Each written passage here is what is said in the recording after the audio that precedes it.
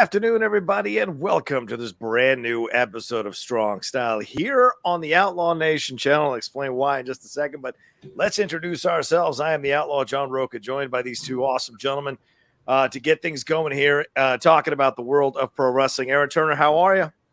I'm doing well. We got a lot to talk about, but my grandma is a hometown hero, so shout out to my grandma. Shout out to Granny. 85 years old, killing it.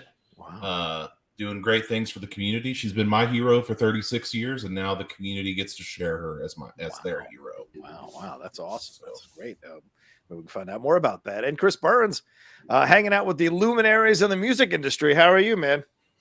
I'm good. I'm tired. I've been up far too late the last couple of days. Not enough sleep, but it's all good. You're back to have some fun. That's right. Well, thanks to everybody who's joining us right now. This is a different time. We are exploring changing Strong Style to this time just to give us a little time to sleep in on Saturday morning, at least those of us on the West Coast, a little more time to sleep in on Saturday mornings, but we shall see. And we're doing an Outlaw Nation one more time because I didn't discover this until I started programming the show this morning, that the YouTube channel, you have to wait 24 hours before you can live stream.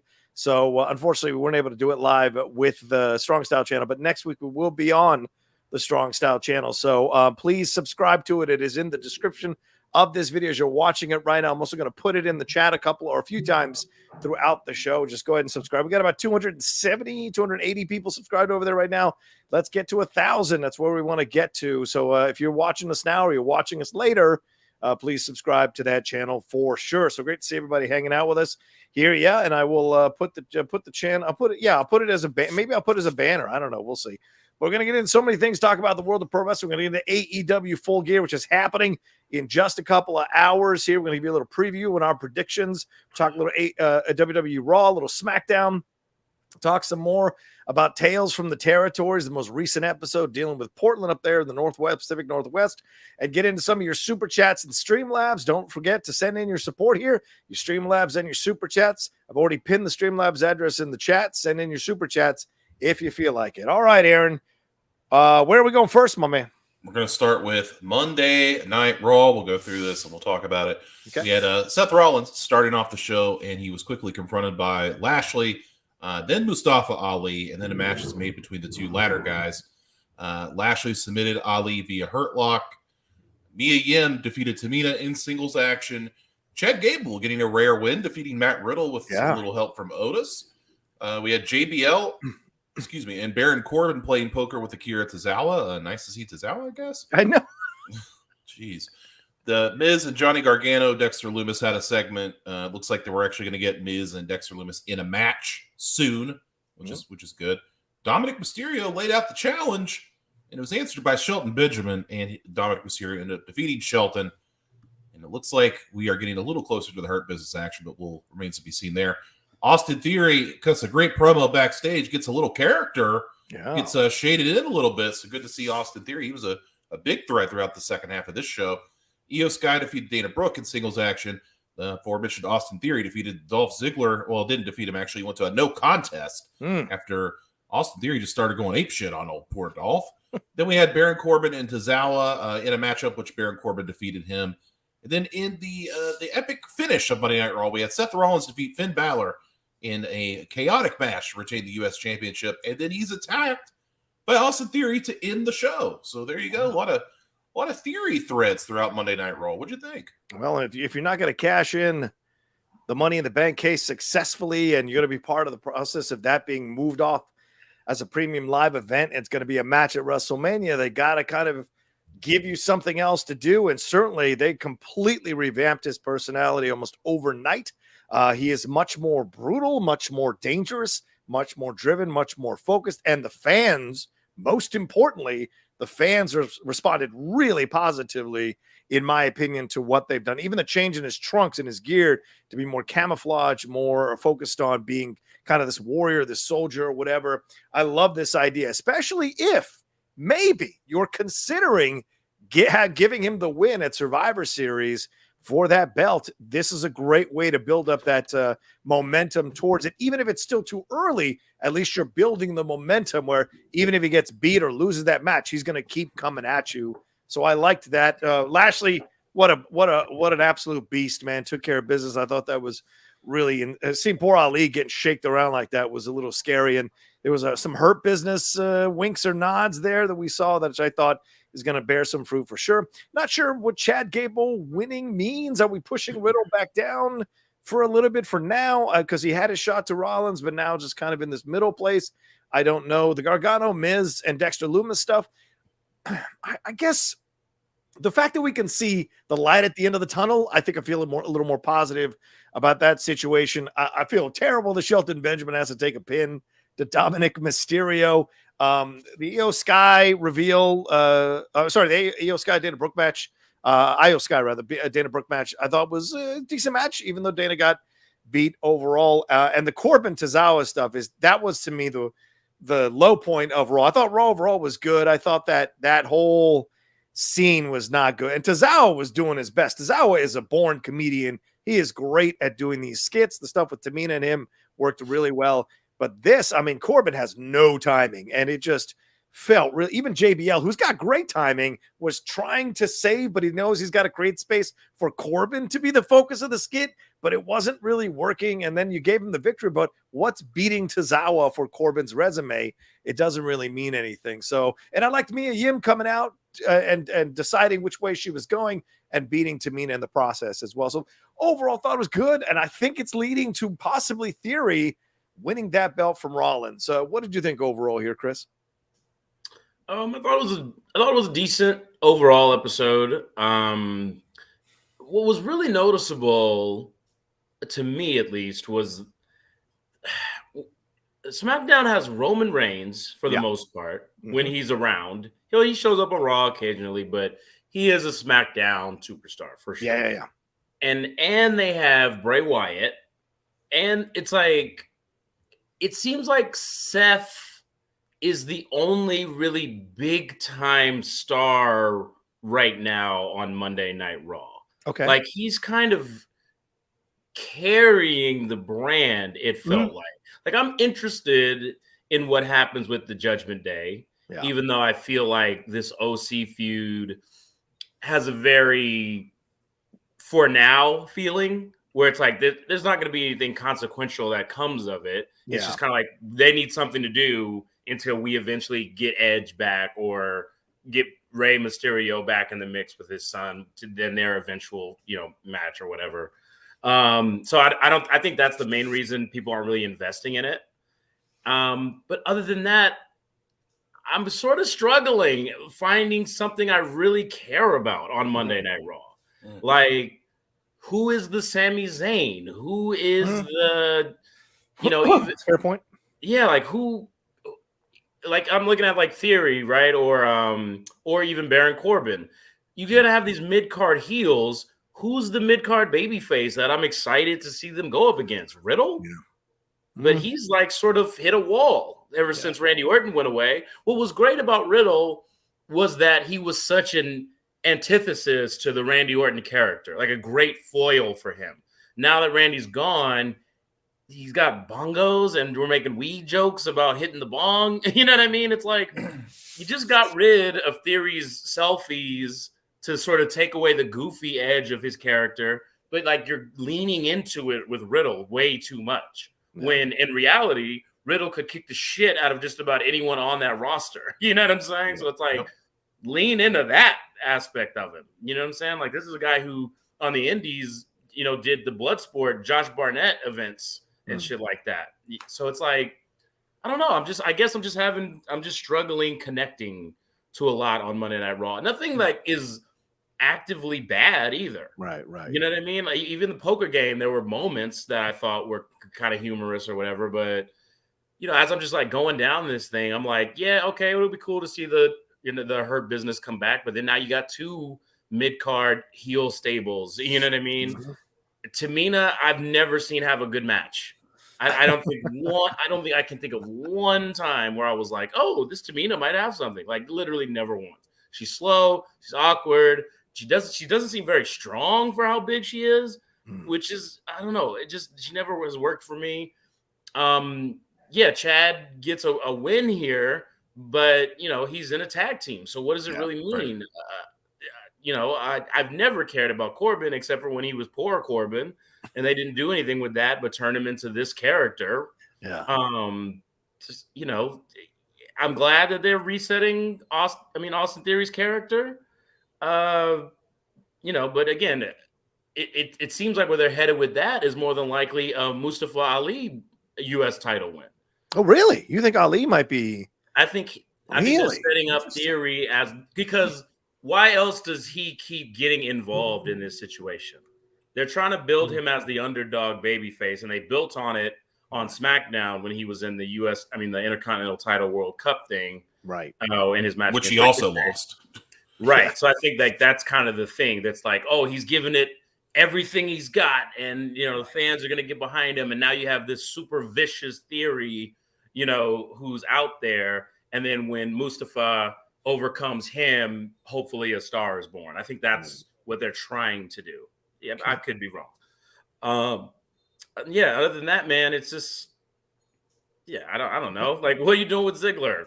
The same thing you always do with Ziggler. Yeah. You know, Dana Brooke, put her back with Emma for Christ's sake. Like that, like, please, like that's the only time she's ever been interesting on the main roster. And as we've talked about 1,000 times at this point, Damage Control just ain't working. It just ain't working. I give them so much benefit of the doubt. It's just not working. I don't understand why they added Rhea to their War Games team. It just seemed like, okay, so who gives a shit if Mia Yim joins? You know what I mean? Like, she doesn't even have a reason to be on Bianca's team. She gets offered a role with Bayley. She says no. So why join the other team? You don't have a beef with Damage Control. That doesn't make any sense. So you're going to go into War Games against someone you don't have a problem with? You know what I'm saying? Like, I don't get it. Yeah, yeah, Chris, it's a good point. It might have made sense if Rhea had joined first for the other side, then that would have motivated Mia to choose one way or the other. And I get how they constructed it because, of course, they had one slot, and so they offered it to Mia, and she went the other way, which, of course, yeah, made no sense considering she's with the OC, and the OC right now is the face in that Judgment Day situation. So why would Mia Yim go with the heels? It doesn't make sense.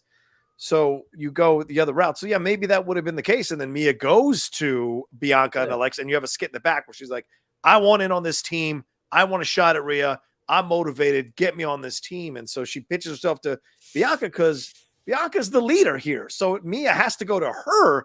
They don't go to Mia. That's how you establish hierarchy in a situation like this. So yeah, I agree with you. I think they had a misstep there for sure. And I agree with the Damage Control too. Dakota Kai's reaction when Rhea joins, she's like, oh my God. And it's like, no, come on, man. You're supposed to be badasses. Be bad. At least Nikki is committed to her crazy thing. She's like doing this in the background. But like the other two got to play it like, fuck yeah, she's joining. Let's go. You know, there's got to be a different mentality here. So I don't know. Just I agree with you. A little clumsy for sure. Well, what would have made way more sense is if, and I told you guys on text, like if it was Judgment Day versus the OC in a traditional Survivor Series 4-on-4, you know, match, and then eliminate and then have somebody be the sole survivor. That would have been made more sense than melding the two feuds into War Games. It just because now it's like, okay, so is Mia gonna have to be involved twice when AJ wrestles and then she's in War Games? Like it's just it's messy for the sake of being messy. It reeks of a plan didn't go the way they wanted it to backstage. Okay. And I don't know what it is quite yet. Okay. Aaron, your thoughts on everything? I mean, Monday, I'm with Chris. I think I'm also missing a latch for Monday Night Raw because for a long time for me, it was Bobby Lashley. Like Bobby Lashley was really carrying that show. And the Riddle and Rollins rivalry was carrying that show. The best thing about Matt Riddle is the stoner stuff was always like hinted at, but we all kind of knew, like, we get it. And now they're like really beating you over the head with it. It's like bongos. You want to hit my bong? Yeah, we get it, dude. Like you're a stoner. 420 on the shirt. Yeah, we get it. IRL, you're a stoner IRL. We get it, dude. It's too much, and I don't need it. Yeah. Half of the show is bad. Like I'll just say that. Okay. Dominic Mysterio continues to intrigue me because he's the chicken shit heel, and I loved it because like Damian Priest got in Shelton Benjamin's face backstage and was like, I'll take you on. And then Shelton Benjamin's like, that's right, I'll answer your challenge. And then challenge Dominic Mysterio, and you saw him like cower. It's good stuff. Like, this is better than I could ever have hoped for him. Austin Theory, I'm really happy for him because I recognize the talent that Austin Theory has. Yeah. And I know some people don't. I understand. But I like him. And I think they really they did a good job this week of shading in characters for people that needed it. And I think Austin Theory definitely needed some character rehab. And Triple H gave him that character rehab. He's got a more vicious streak, which you definitely need for a guy like that. And I'm interested to see where he goes. He's one of the few people I'm like earmarking that's really interesting. Seth is just like, Seth is just Seth. Like, he's just always good. The OC and Judgment Day miss me with that. I guess we'll just see after what happens with these teams. I don't need it. I really don't know what they're doing with Bobby unless we're actually putting the Hurt Business back together, and we're going to go with that. Looks like that's where we're going, but we're getting there kind of slow. As for Baron Corbin, again, never. I don't need Baron Corbin. Akira Tozawa, talented guy, but I don't know where he fits on Monday Night Raw. I don't know where that all fits in. Cool end of days, though, from Corbin. Cool to counter that to the end of days. Need more women's talent on this show. It's a very, or more women's segments. It is severely lacking on this program, and I don't know why. Yeah. So we need to fix that. Yeah. We definitely need to fix that. But Monday Night Raw it's been slacking. Like Chris kind of alluded to, SmackDown's been the A show lately. It may just be the situation that they're in with with the cards that were dealt to Triple H with that roster that's on that side of the fence. Him trying to make it work, him trying to put stuff together. He's redeemed the Judgment Day to the point where you two are interested in the situation. So deserves credit for that. But the damage control situation, I don't know how much longer that can keep going. He has to at some point blow that up because it just isn't working. And they're all good to great wrestlers individually, but as a team, there seems to be no chemistry.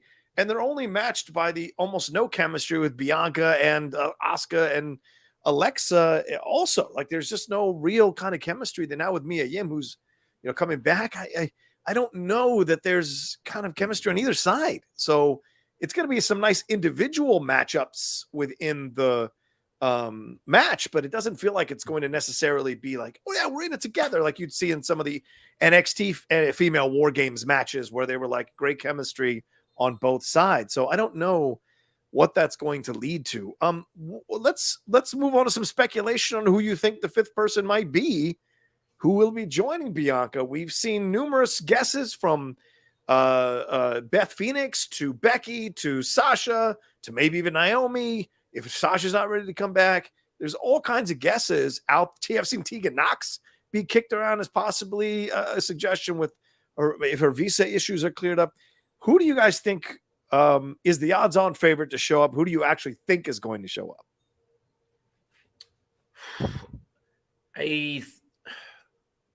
I honestly think it's really got to be Becky, right? At this point, they've set up Candice LeRae. Yes, right. They've talked about Candice LeRae. Yes, to be the one simply because she's been involved in this. Right. However, I mean, they've done the same thing with Beth too, where it's like obviously she got taken out. Actually, no. Beth doesn't make sense. Oh, because Rhea's in it. Right. So Rhea's already paired up with Mia, so that doesn't seem to make sense to have Beth in this. Yeah. It just Becky was taken out by Damage Control kayfabe. And while all the signs would point to like a Sasha or a Beth or a Candice, I think the swerve that will get the most reaction would be if you heard Becky Lynch's music. And by all accounts, she's supposedly pretty much ready to come back. So I think that would be the right choice. Yeah. What do you think, Aaron? I mean, we talked about it on text with each other about the possibilities. What do you think? Who do you think is going to show up? It's got to be a big splash. You cannot, as good as a Tegan Knox or as good as a Candice LeRae is, you can't do it. Because if you do that, people are going to be pissed. Right. Because it's been this buildup of who's this mystery person. The odds-on favorite to me is Sasha Banks because it is Boston. It is her hometown. Right. That would make a lot of sense. Swerve, bro. What happens if like Sasha is that person, but announce first. Like, let's say that Nikki Cross takes out an Alexa Bliss or takes out Asuka backstage, and they're like, haha, your team only has 4 people. And now we don't know who the other person is, and then it ends up being Naomi. So we got them both. Or it could still be Becky too. I don't know, but it has to be someone that's going to make a splash. It cannot be a Tegan Nox because most of the crowd is not going to know who that is. Right. And Candice LeRae is, like I said, as good as she is, it doesn't move the needle for me. It's got to be Becky. It's got to be Sasha. It's got to be Charlotte. It's got to be Naomi. It's got to be somebody that the crowd is going to pop for. Yeah. To me, all signs point to Sasha Banks, and I would like to see that. Yeah, me too. But I think you make an interesting point, and because we were kicking around predictions, and Chris mentioned how something could happen with Alexa getting taken out by Bray Wyatt or getting distracted by Bray Wyatt, getting sucked into that whole thing. And maybe it isn't even her getting attacked backstage. It's her they can't find her because the Fiend has her, and you've got some kind of segment with the Fiend because that crosses brands. It doesn't matter. That thing is either Raw or SmackDown, is irrelevant. So it could be that, and she is just taken away in some way. So then you clear the space for Sasha and Naomi to come in as a surprise, and that could be an explosion of joy and euphoria there in Boston for sure. If not, I like the Becky Lynch idea. You know, I said it in our text thread. She's been talking about, if I come back, I'm going to come back as a heel. I'm going to come back as a heel. I'm better as a heel. I'm so good as a heel. It's a great swerve to have her come back as a face when everyone was thinking she was coming back as a heel. She left as a face, repairing the relationship with Bianca, coming back together. That would add some electricity to the match for sure that you're missing right now, in my opinion. And that could be a great choice. But if not, Sasha certainly just as electric by herself. If you keep Alexa in the match, then Sasha coming back would be fantastic. But Aaron, I think you make great points. And Chris, you're right. It's got to be a splash. It's got to be big, right? You guys both said it's got to be big. Tegan Nox, Candice LeRae, NXT. It's not quite NXT, not quite going to be big enough. But those two, and it's not going to be Charlotte. Charlotte will not come back as a 5th member of a team. She's the queen. She will come back individually on her own time. It wouldn't make sense for her to come back, especially as a face. I just don't see it. For me personally. Yeah. Do you guys agree with Becky? Do you think she's better as a heel than babyface? I think she's better as Stone Cold, which is the tweener. I think she's better as the tweener. I don't think she's better face or heel. I think she's better right in the middle, where she's a face who uses heel tactics. That's what I think she's best at, and people love her for that. You know? I just don't know how you can be like her. Like I feel like we're moving towards that Ronda Rousey match, right? Maybe somewhere. Yeah. And I feel how can she be the heel in that? Like how can she be the baby? She's got to be how can she be the heel? She's got to be the baby face in that. Like it just. Okay. Yeah, right. Because Ronda's playing the heel right now with Shayna. So yeah. Bottom line, the fans don't want to boo her. You know what I mean? That's why this last heel run was a little bit snake bit. Like she pulled it off. Yeah. But the fans want to cheer Becky. Like it's just not one of those things where they're on board to boo her. Yeah. Because she's too good. She's too good on the mic. She's too good on social media.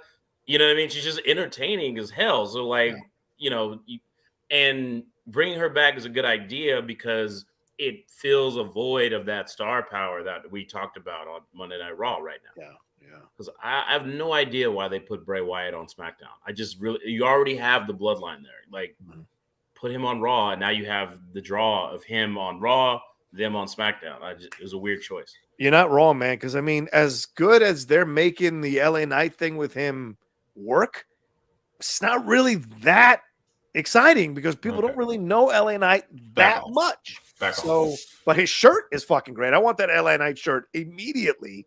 But the decision to go with a guy who has barely come back to wrestling in the WWE canon, it just seems weird to put. It's like a placeholder thing for now for Bray when you had done such a great buildup to Bray. So yeah, and we'll talk about that when we get to the SmackDown section. One last question for you guys. What do we do with Corbin? It's clearly not working. And look, clearly they like him, dude, or they wouldn't have keep trying to rebrand him.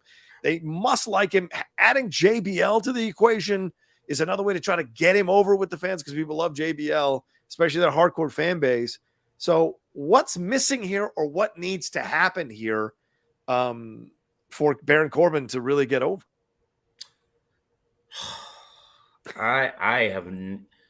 Usually I got a whole booking strategy for everybody on the roster. Corbin is just, I don't know. I feel like they dropped the ball. Their biggest opportunity would have been a babyface Corbin one when he was broke Corbin.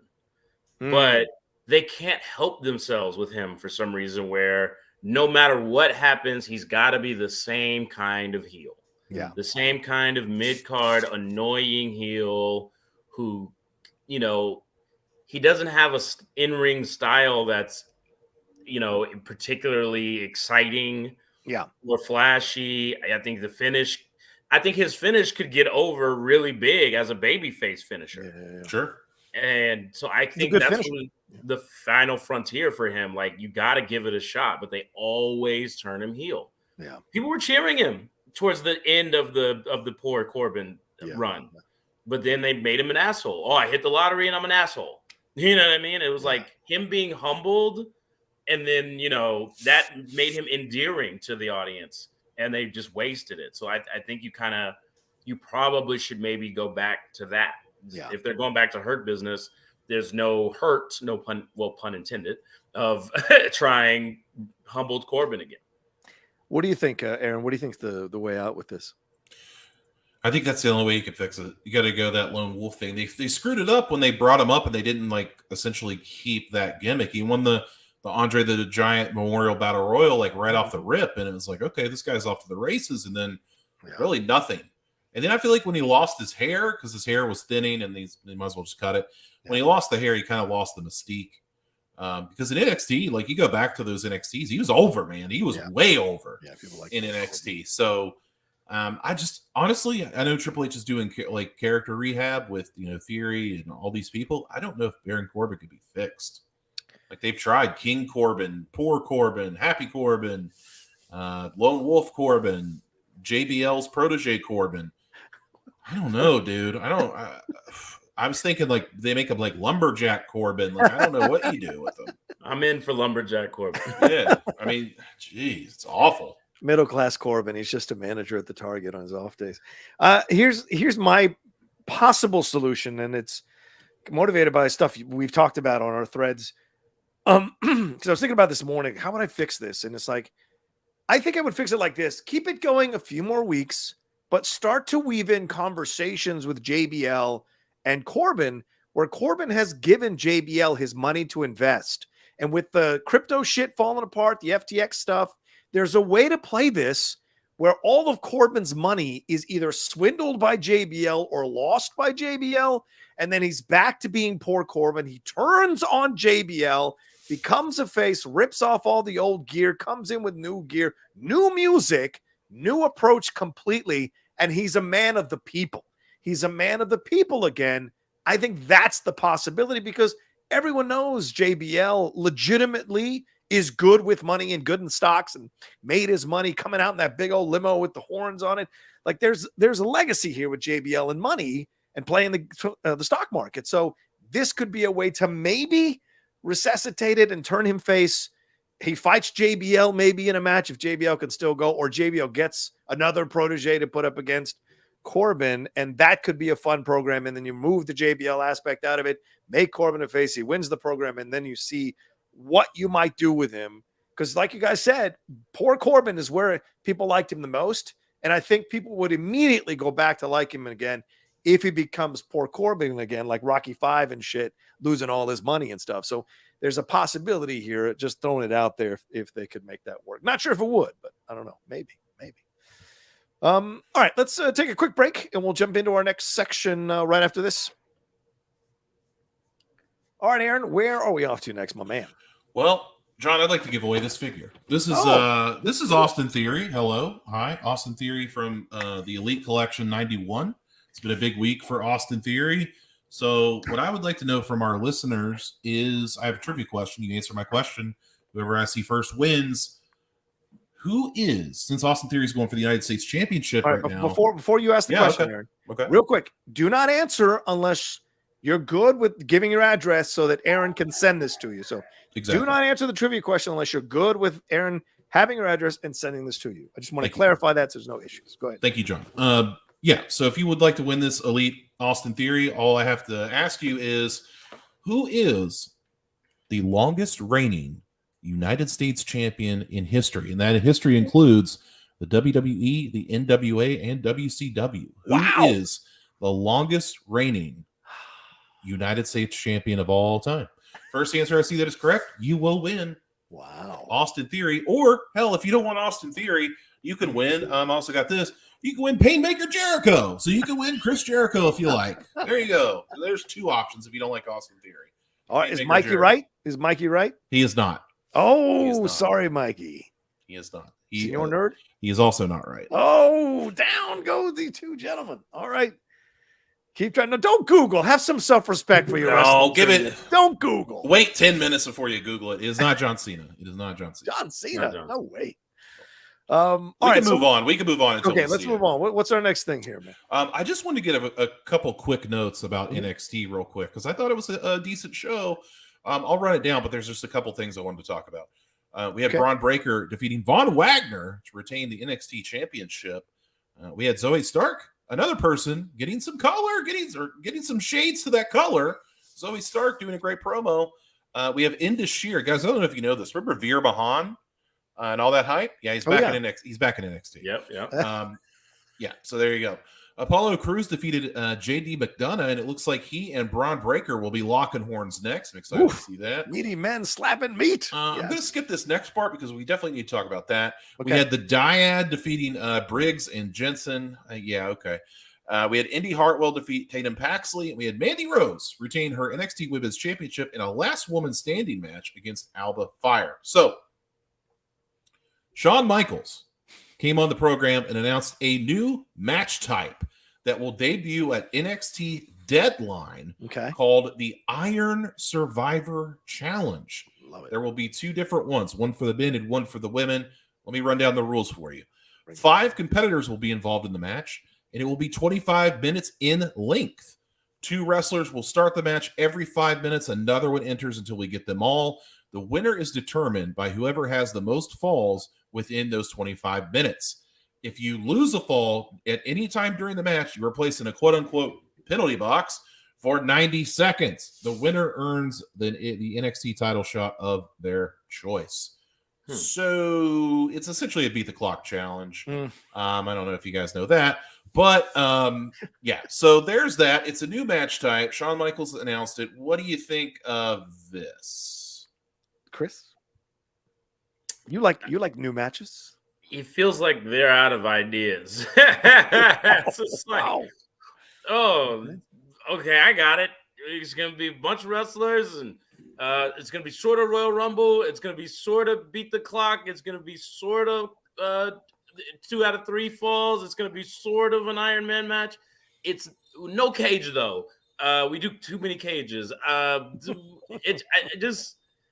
I don't know. Did that sound like something where you're just like, ooh, I wonder what's going to happen? It just seemed more like, wait, what are the rules? It sounded like a mess, honestly. And you are correct. Poppy Squeeze does have it right.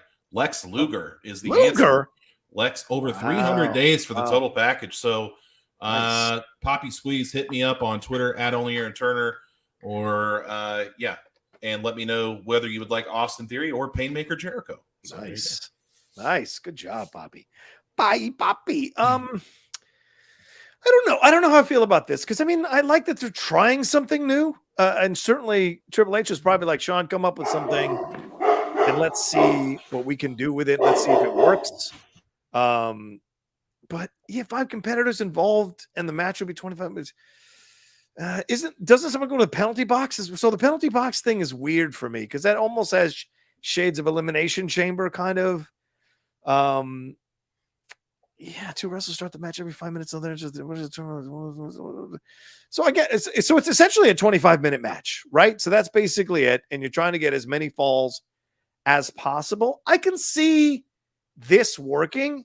you've just got to have the right people involved, and you've got to have a really great ref who understands the timing of everything, because you've got four moving pieces to this whole thing. The wrestlers, the penalty box, coming in and counting the fall. So that's a lot of movement you've got going on for one referee. So I don't wonder if they're going to have a referee at the penalty box, a referee outside, and then a referee actually doing the official stuff in the ring.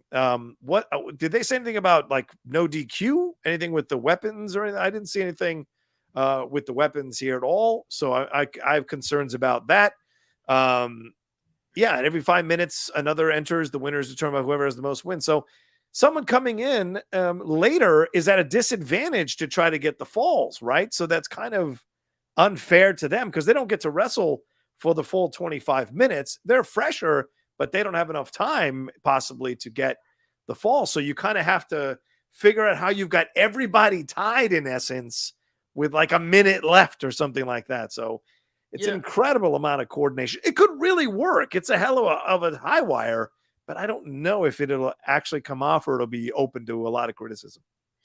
And it seems like they're going to have to like nerf the participants, because in a one-on-one match, you know, against two decent competitors, a match is going to go 15, 20 minutes anyway. Yeah. So what? Somebody's going to get a fall in the first 5 minutes? You know what I mean? I don't think so. And then when you add extra wrestlers, they're going to be breaking up pinfalls and submissions and all this other stuff. So it's kind of like you're probably only going to get one fall anyway. You know what I mean? So it's interesting. It makes everything else seem kind of unnecessary. My God, if it's 25 minutes and no one has a fall by the 24th minute mark, that's fascinating, because then it becomes absolute madness of trying to get somebody to get pinned, and maybe they pin at the last 1, 2, 3 seconds. Yeah. I mean, that could work where they none of them get a fall for 24 minutes. That could be really interesting. So then it becomes all crazy. Aaron, do you think, are you just not excited about the possibilities here? You're not seeing it working out in a positive way?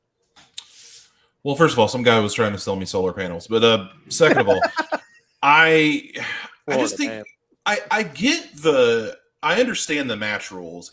Like, remember when they tried that, like, I forget what it was called, Championship Scramble, I think is what it was called. Oh, yes. When Brian Kendrick was WWE champion for like 2 minutes. Yeah. It just feels like that. It feels like that's what they're doing, but instead of just keeping it going, if you lose, you get in the penalty box, which is okay, whatever. Does the penalty box have something in it? Like, is there sharks? Is there like, I don't, someone beating the crap out of you when you're in there? Like, I don't know, dude. Like, it seems kind of dumb to just be sitting there and being heckled by the fans, but I don't know. I guess I'll give it a chance. We can't just have the same old, right? I mean, they took War Games from NXT, so like I guess they need something. I was just gonna say, why not give them the Elimination Chamber? Yeah, might as well. Oh, that's not a bad point. Take War Games from them, give them something in return, and the NXT wrestlers in an Elimination Chamber. Yeah, that could be a lot of fun. Yeah, because the penalty box is for if you get pinned or whatever, or you get disqualified. There is DQs in this. There is. Okay, so which is dumb. Also. The interesting part, I mean, you've got to have some fun spots, right? So a fun spot would be if one person pins all 4 people and they're all in the penalty box at the same time. Then you've got a Donnybrook inside of a small area. Yeah, that's not a bad idea, right? It could be funny. And then they break the box in essence. And so it becomes a free-for-all after that until the end of the 25-minute time limit. So there's all kinds of possibilities that could play out in this thing. By the time they get him in the penalty box, it's going to be time for them to get back out. Like, where's the box going to be? If it's on stage, it's going to take like at least 45 seconds to get him in there. And then it's like, well, you can leave. Yeah. Jeez. I can see the potential for a lot of mistakes and criticism, but if they pull this off, it could be the highlight of the night if they pull it off. And so I appreciate the guts of trying it. And even if I might feel like Aaron feels, where it feels like it might not work overall. So we'll see. All right. Anything you want to talk about with NXT, guys? I mean, I didn't watch it this week, so I don't have much to say. I watched the promo for Zoe because I watch everything with Zoe, which I thought was great, but I didn't see much else. But that's really what I wanted to talk about. Okay. They gave her some character. They shaded her because, like, Zoe Stark had always been this person that was like, yeah, she's a good worker, but we don't need her to talk. Right. And then she came out this week after dispatching of Nikita Lyons. Sorry, Chris. Beating her up. And I thought that she equated herself well. She said, Nikita Lyons is this person that has all the glitz, all the glamour. And you think about her when you're going to bed, yet you'll cheer me in the arena. But, that's all you want out of her is her looks. And I'm here to just beat people's ass. And I'm like, you know what? I can see that. I can deal with that. I can understand that. So I thought that she got her message across quite well. And I always thought she was good in ring, whatever she does outside the ring. I mean, that's a different story. But I think that I think she's good. I think she's come back great. Yeah. So I kind of want to see a lot from her. Let's see what she does here. Okay. Chris, your thoughts? Yeah, I mean, we've talked about her progression since her return, and I think that it's definitely, if not her time now, definitely nearing it. Yeah. So, yeah, I mean, I'm excited to see where it goes. I'm starting to slowly get to a place where I might watch NXT weekly again. Oh, look out. Really? Slowly. Yeah. Well, I like the idea that giving Apollo Crews a little bit of a run. It's nice to see him, because he was so great at NXT. So, yeah, why not let him kind of operate here? Look, it revitalized a number of people, Finn Balor, a number of people who went back down. And Mandy certainly has never been more popular than she is right now because of her work in NXT as champion. So, Apollo, there wasn't much up there in the roster. I thought the Nigerian thing was going to work way better than it eventually did. So, unfortunately, it kind of went the way it went. But coming down here to revitalize your image a little bit, having a great match with Braun Breaker, which you A, put the kid over, and B, impress the bosses, could get you called back up to the main, and maybe they can have something for you to do, maybe even against Bobby Lashley, which could be really interesting, a Cruz versus Lashley. So I don't know. There's all kinds of stuff there for sure. But yeah, a lot of people telling us to watch that JD versus Apollo match. Good. It was fire. So Apollo Crews won with like a one-handed spine buster. It was pretty awesome. Yeah, it's pretty cool. Christ. He just used his power, and I was like, wow, that's an interesting wrinkle because you don't see that much anymore. All he just did a power move. That was it. Right. Like, when's the last time you saw a power bomb that wasn't like a Batista bomb beat somebody? You know what I mean? Chris, what are we going to do about Mandy? Are we going to keep having her as champion? I mean, I know Aaron wants it until the end of time. Yeah, let's see. Yeah, if Aaron's booking it, she's going to be champion for like Bruno Sammartino. But a fabulous Moolah run, 25 years with the damn belt. I beat them all. I don't know. Is she wrestling better these days? Is that part of it? It's not important. Is it not important? I would love. I'd love the notion of. I mean, kind of like a Baron Corbin, where like she comes to the main rosters, ultra cocky because she was the NXT champion. That could be interesting. And it's like she cannot win a match. I would absolutely love that. She was rocking. Toxic Attraction has a new snapback. She was rocking. Not on WWE Shop yet. I need that. So put that on there. Let's get it on there. She's rocking I'll call Gigi. I'll have her get you. Appreciate that. She was rocking like a Nikki Bella look this week. I was very different for Mandy. I was impressed. Zeno Howard says Mandy's better now than a year ago. Okay. You got to improve. Guys, we're in developmental, okay? It's not like she's the SmackDown champion. Like, calm down. She was in the main roster for a while, but my guy. Hey, calm down. And just because she's better than she was a year ago, that's not saying that much, is it? Hey, who was the fun trivia fact? Eric. You fucking shameless, man. Fun trivia fact. The first woman ever eliminated from the Women's Royal Rumble was Mandy Rose. Mandy Rose, of course. History maker. But she was also the first ever Women's Elimination Chamber match. So whatever your criticisms are, that woman carries the belt well at NXT, does a good job, promotes herself well, promotes the brand well, and she's a good person. Yeah, exactly. And she gets away with great chicken shit finishes and also legitimate heel finishes. So it works for what she's doing, and she's holding the title for someone to come along. Zoe, Nikita, maybe Gigi. Who knows? There's possibilities here. Roxanne Perez. Certainly, there's possibilities there. I don't know what Indy Hartwell. Will Indy Hartwell ever smell the belt? Get close to the belt. Indy's getting some character too. I like she's that. Been there for a while, man. She's getting some character too. So it's good to see Indy getting a little rub ski. I like that too. Yeah. Oh, Thunder Rosa gave her compliments. Oh, okay. Yeah, Thunder trying to get signed. All right. Let's take a break. We'll be back to talk some more pro wrestling right after this. All right, Aaron, let's get back into things here. And let me bring up some of these. Let me bring up one of these super chats that came through. Luis Enrique de la Peña says, is this match a tryout to send someone to the Royal Rumble if they perform really well? He's talking about the deadline, the Iron Survivor Challenge. I haven't heard that. Have you guys heard that? I mean, they're always looking, right? They're always going to look at people to boost up. I mean, come on. It wouldn't surprise me if they threw Carmelo Hayes in there. In the Royal Rumble? Are you kidding me? Like, put more eyes on Carmelo Hayes. He's doing great stuff in NXT. I could see them working with a few people, like a Nikita or a Zoe, like bringing them in. They always do it. So I don't think the Iron Survivor Challenge to me is just a way to bring in a next credible contender. Because don't be surprised if Apollo takes that belt from Braun Breaker. If they're looking to bring Braun Breaker up. Yeah, I could believe that because Apollo's been putting in great matches. So don't be surprised if that happens. I just think it's like a way to. It's more so for the NXT stuff than it is for the main roster stuff. Yeah, fair enough. Chris, what do you think? I mean, I like the idea of giving NXT wrestlers shots on the main roster. I don't know if this match is the one to do it. Like I remember that one year that you had the NXT team in Survivor Series. I thought that was fun. Yeah, that was cool. Like the random times that NXT people have just been in the Royal Rumble there was nothing like they needed to earn to get into the Rumble. Sure. I always thought that you should get some NXT guys in Money in the Bank. Yeah. That would be an interesting wrinkle if say what if Braun Breaker had the Money in the Bank while he was NXT champion? Oof. You know what I mean? Like that's interesting. Yeah. You dig what I'm saying? So maybe something like that. I don't know about this. Let's see how this match goes first before we go. And then the winner gets people thought the Andre the Giant Battle Royal possibly was going to be prestigious. Oh, right. At one point. It ain't prestigious.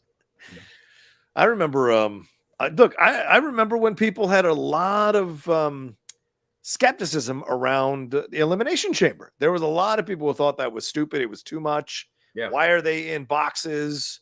It's random. There was a lot of people that had criticized, and Bischoff created it. There was a lot of criticism around that, and it ended up working out. So, all right, let's move on to our next thing. What is Thunder Rosa at Revolution 2023 Media Scrum? I'm hurt. I'm old. I'm fucking tired. And I work with fucking children. Oh, that's funny. All right. Anyway, let's move on. What's our next thing here, Aaron? We're talking about Tales from the Territories. We're not done yet. I was informed by people advice, maybe. That is not done, idiot. We got more. This week was Portland, which I was happy to see. So our roundtable this week was Mike Masters, the Grappler, Princess Victoria, and good old Bushwhacker Luke. Good to see him. One of the stories we're talking about is butt cigars and then shooting yourself in the balls, which is always a good thing to hear. We had Buddy Rogers keeping kayfabe by slugging a fan at a gas station for really no reason. It was great. I love it. Matt Bourne, probably better known to you guys as the first Doink, versus Buddy Rogers in and out of the ring, as Buddy Rogers was married to Matt Bourne's sister in real life. And then we had Princess Victoria talking about how she literally hit a brick wall. Unbelievable stuff. Got some good moments about Roddy Piper and, of course, the glass beer bottle promo, which was a shoot. Genius. And then we had Mike Masters talking about the Master Lock nearly causing a riot, as he put it, on Matt Bourne, which nearly that's like a common thread in these shows. There's always a riot. There's always someone getting their eyeball ripped out. And then, unfortunately for Portland, who was on the air until 1992, I didn't even realize that. Wow. The Athletic Commission in the Pacific Northwest cracked down on them, as well as, of course, Vince McMahon, plucky talent, really spelled the end for Portland. But a fun little territory. One of my favorite episodes, John. I thought we got back on track with this episode. What'd you think? I think you're a bit too harsh on these episodes. I like these are all fun for me. I like sitting back and pouring myself a nice little Jack and Coke and sitting and watching these as if I'm sitting at the table with these guys here. By the way, shout out to Bushwhacker Luke's Grecian formula, keeping that hair black. I respect the attempt to stay young, my man. But it was great to hear from everybody and their approaches and all their different. Like, It's really and it was heartbreaking at the end to find out that Chris Masters had died. I didn't know he had died, and so Masters. he had so much life in this episode. And they said throat cancer, and I was like, Bobby went through throat. I know what that looks like, and none of that seemed to be apparent with him in this recording, and so it was really heartbreaking. He was in great shape. He looked good. He had a nice shirt on, looked like he was like upwardly mobile, and he had done something outside of the business after he was done with it. So this was a nice example in my mind, and to find out that he passed, it was kind of heartbreaking afterwards. But these stories were great. Like you said, homie shooting himself in the balls because he was taking the money out without checking. I mean, this is the kind of crazy, dumb shit people did in the 70s and the 80s in these territories. Hell, in the world, and not just in these territories, in life. People were doing dumb shit all the time like this. And it was a different time, and I love the princess stuff. That was great. That was she cool. was, she was living in where she was living, and the wrestlers took her in. They trained her, and for her, it was the right time. It was something she gravitated to. Who knows where she would have ended up if she didn't have pro wrestling as a kind of tent pole in the ground for herself. And that idea of her going into to a rumble and seeing them turn and throw her against the wall and shit, and her brother going out to fight the buddy. I thought that was genius. I'm like, that's awesome. I miss those days. I miss those days where people really bought into this shit and went crazy about it. And I liked hearing more about how this was all put together, how this was negotiated, what was expected, and the Roddy Piper stuff. I'm telling you this, as I get older, I fall in love with him more and more as a wrestler. And everyone talks about how good he was. Even in this episode, Princess said, like, he would give you the shirt off his back. He's that kind of guy. And so it's even more tragic that he never held the strap. It's even more of a fucking tragedy that he never, because if he was around now, that motherfucker would have had the belt like Rollins or Reigns for a long time. It would have been very interesting to see his run. He would have been like a better version of CM Punk, because he wouldn't have been able to keep his mouth shut. But it would have been interesting to see him as a champion, how the fans gravitated to him. He'd have come out of the crowd. It would have been really interesting to see what Piper could have done. So this was a lot of fun. I really enjoyed the stories that were being told here and all the different people and their points of views on everything, and especially keeping the kayfabe. That was great. I mean, I thought of that a little bit, like, wouldn't it have been fun to punch somebody random, punch a kid, get away with it? You can't get away with that now, but back then you could get away with it because you're a bad guy. And I never knew the story of like cutting yourself to get out of a fucking speeding ticket or whatever. That was awesome. That was cool too. Yeah. Just to clarify, it's Mike Masters, not Chris Masters. Oh, sorry, Mike Masters. Mike Masters. Yeah. I was sending you. Never mind. All right, Chris. What'd you think? I'm gonna let you guys have to pilot this because I didn't get a chance to watch this one yet. It's been a hell of a week planning these Chris Rock. If you're here in LA, Chris Rock has been here since Thursday, and he's here until Sunday doing shows at the Dolby. So that's why your boy hasn't been sleeping. Gotcha. But I will speak to a lot of personal conversations I had with Roddy about his days in Portland and how he talked about. I mean, he spoke more fondly about Portland than his WWE run. Yeah. He had always talked about how he just loved that territory. And the main thing about him not winning the belt was that he didn't want it. He didn't. He had no desire to be the world champion, right. And the reason he didn't win it in the WWF is because he knew at some point he'd have to let Hogan beat him, and he wasn't interested in that because he was notorious for. If you literally think back, there's very few times his shoulders get pinned. Yeah, you're right. You're 100% right. Then that was in the documentary about him on A&E, that he did not like getting pinned. He didn't mind getting counting out, disqualified, whatever. He did not like getting pinned. Yeah, it was because his thing was if you give people the visual of me taking the 1, 2, 3, that kind of cuts my legs up under me. His character was such that he has to be an unbeatable heel. You know what I mean? Yeah. Like a lot like Raven. I bring up Raven a lot, but like a lot like Raven with Dreamer. Like Dreamer didn't beat him for a year and a half. You know what I mean? Yeah. It has to be. It kind of had to be that way. Yeah. And when they were talking about that's why WrestleMania 1 isn't a one-on-one match with Piper and Hogan for the title, because it was like. he didn't trust it. He was just like, I don't think Hogan would lay down for me, and I sure as hell ain't gonna lay down for him. Right. And he's just like, I got to be able to keep my heat. I got to be able to keep my heat, which they paid off years later when Piper shows up in WCW, and it's like Hollywood Hogan, who's the one man you never beat. Yeah, Piper. Yeah. So you don't get that if he wasn't the way that he was, right? Back then, and all the and as far as like shirt off your back, you guys don't even understand. This guy was hanging out at the Comedy Store around so many very poor comedians, all trying to make their dreams happen. Many of which, were sleeping in cars, sleeping at the Comedy Store, and Piper did like a lot for everybody, and he would take us to the gym and always like buy lunch and all sorts of things. Like I could do an entire podcast about being friends with him and just the insane stories he told and the kind of person that he was. He was just he was the best. I don't know. There's something about guys who could legitimately kick the shit out of you always seem to be the nicest guys. Because they can kick the shit out of you. They don't have to prove it. They just know it. So they can be much more relaxed. Yeah, it's a difference. Like he showed us the sleeper hold one time. And I don't know anyone in the comments or you guys either who's like taken MMA classes and got to experience being choked out. It's not fun. It is a sensation I can't even explain. He was just like, look, so you're gonna go out for a couple seconds. I'm like, what'd you say? And I was gone. And then he let us put it on him, and it was a whole thing. It was a whole thing. So I do get to brag that I put Roddy Piper to sleep once. And of course, for those of you who remember, JTE got slapped one time by Roddy Piper here, if you remember correctly, one time at a Schmoes No Show.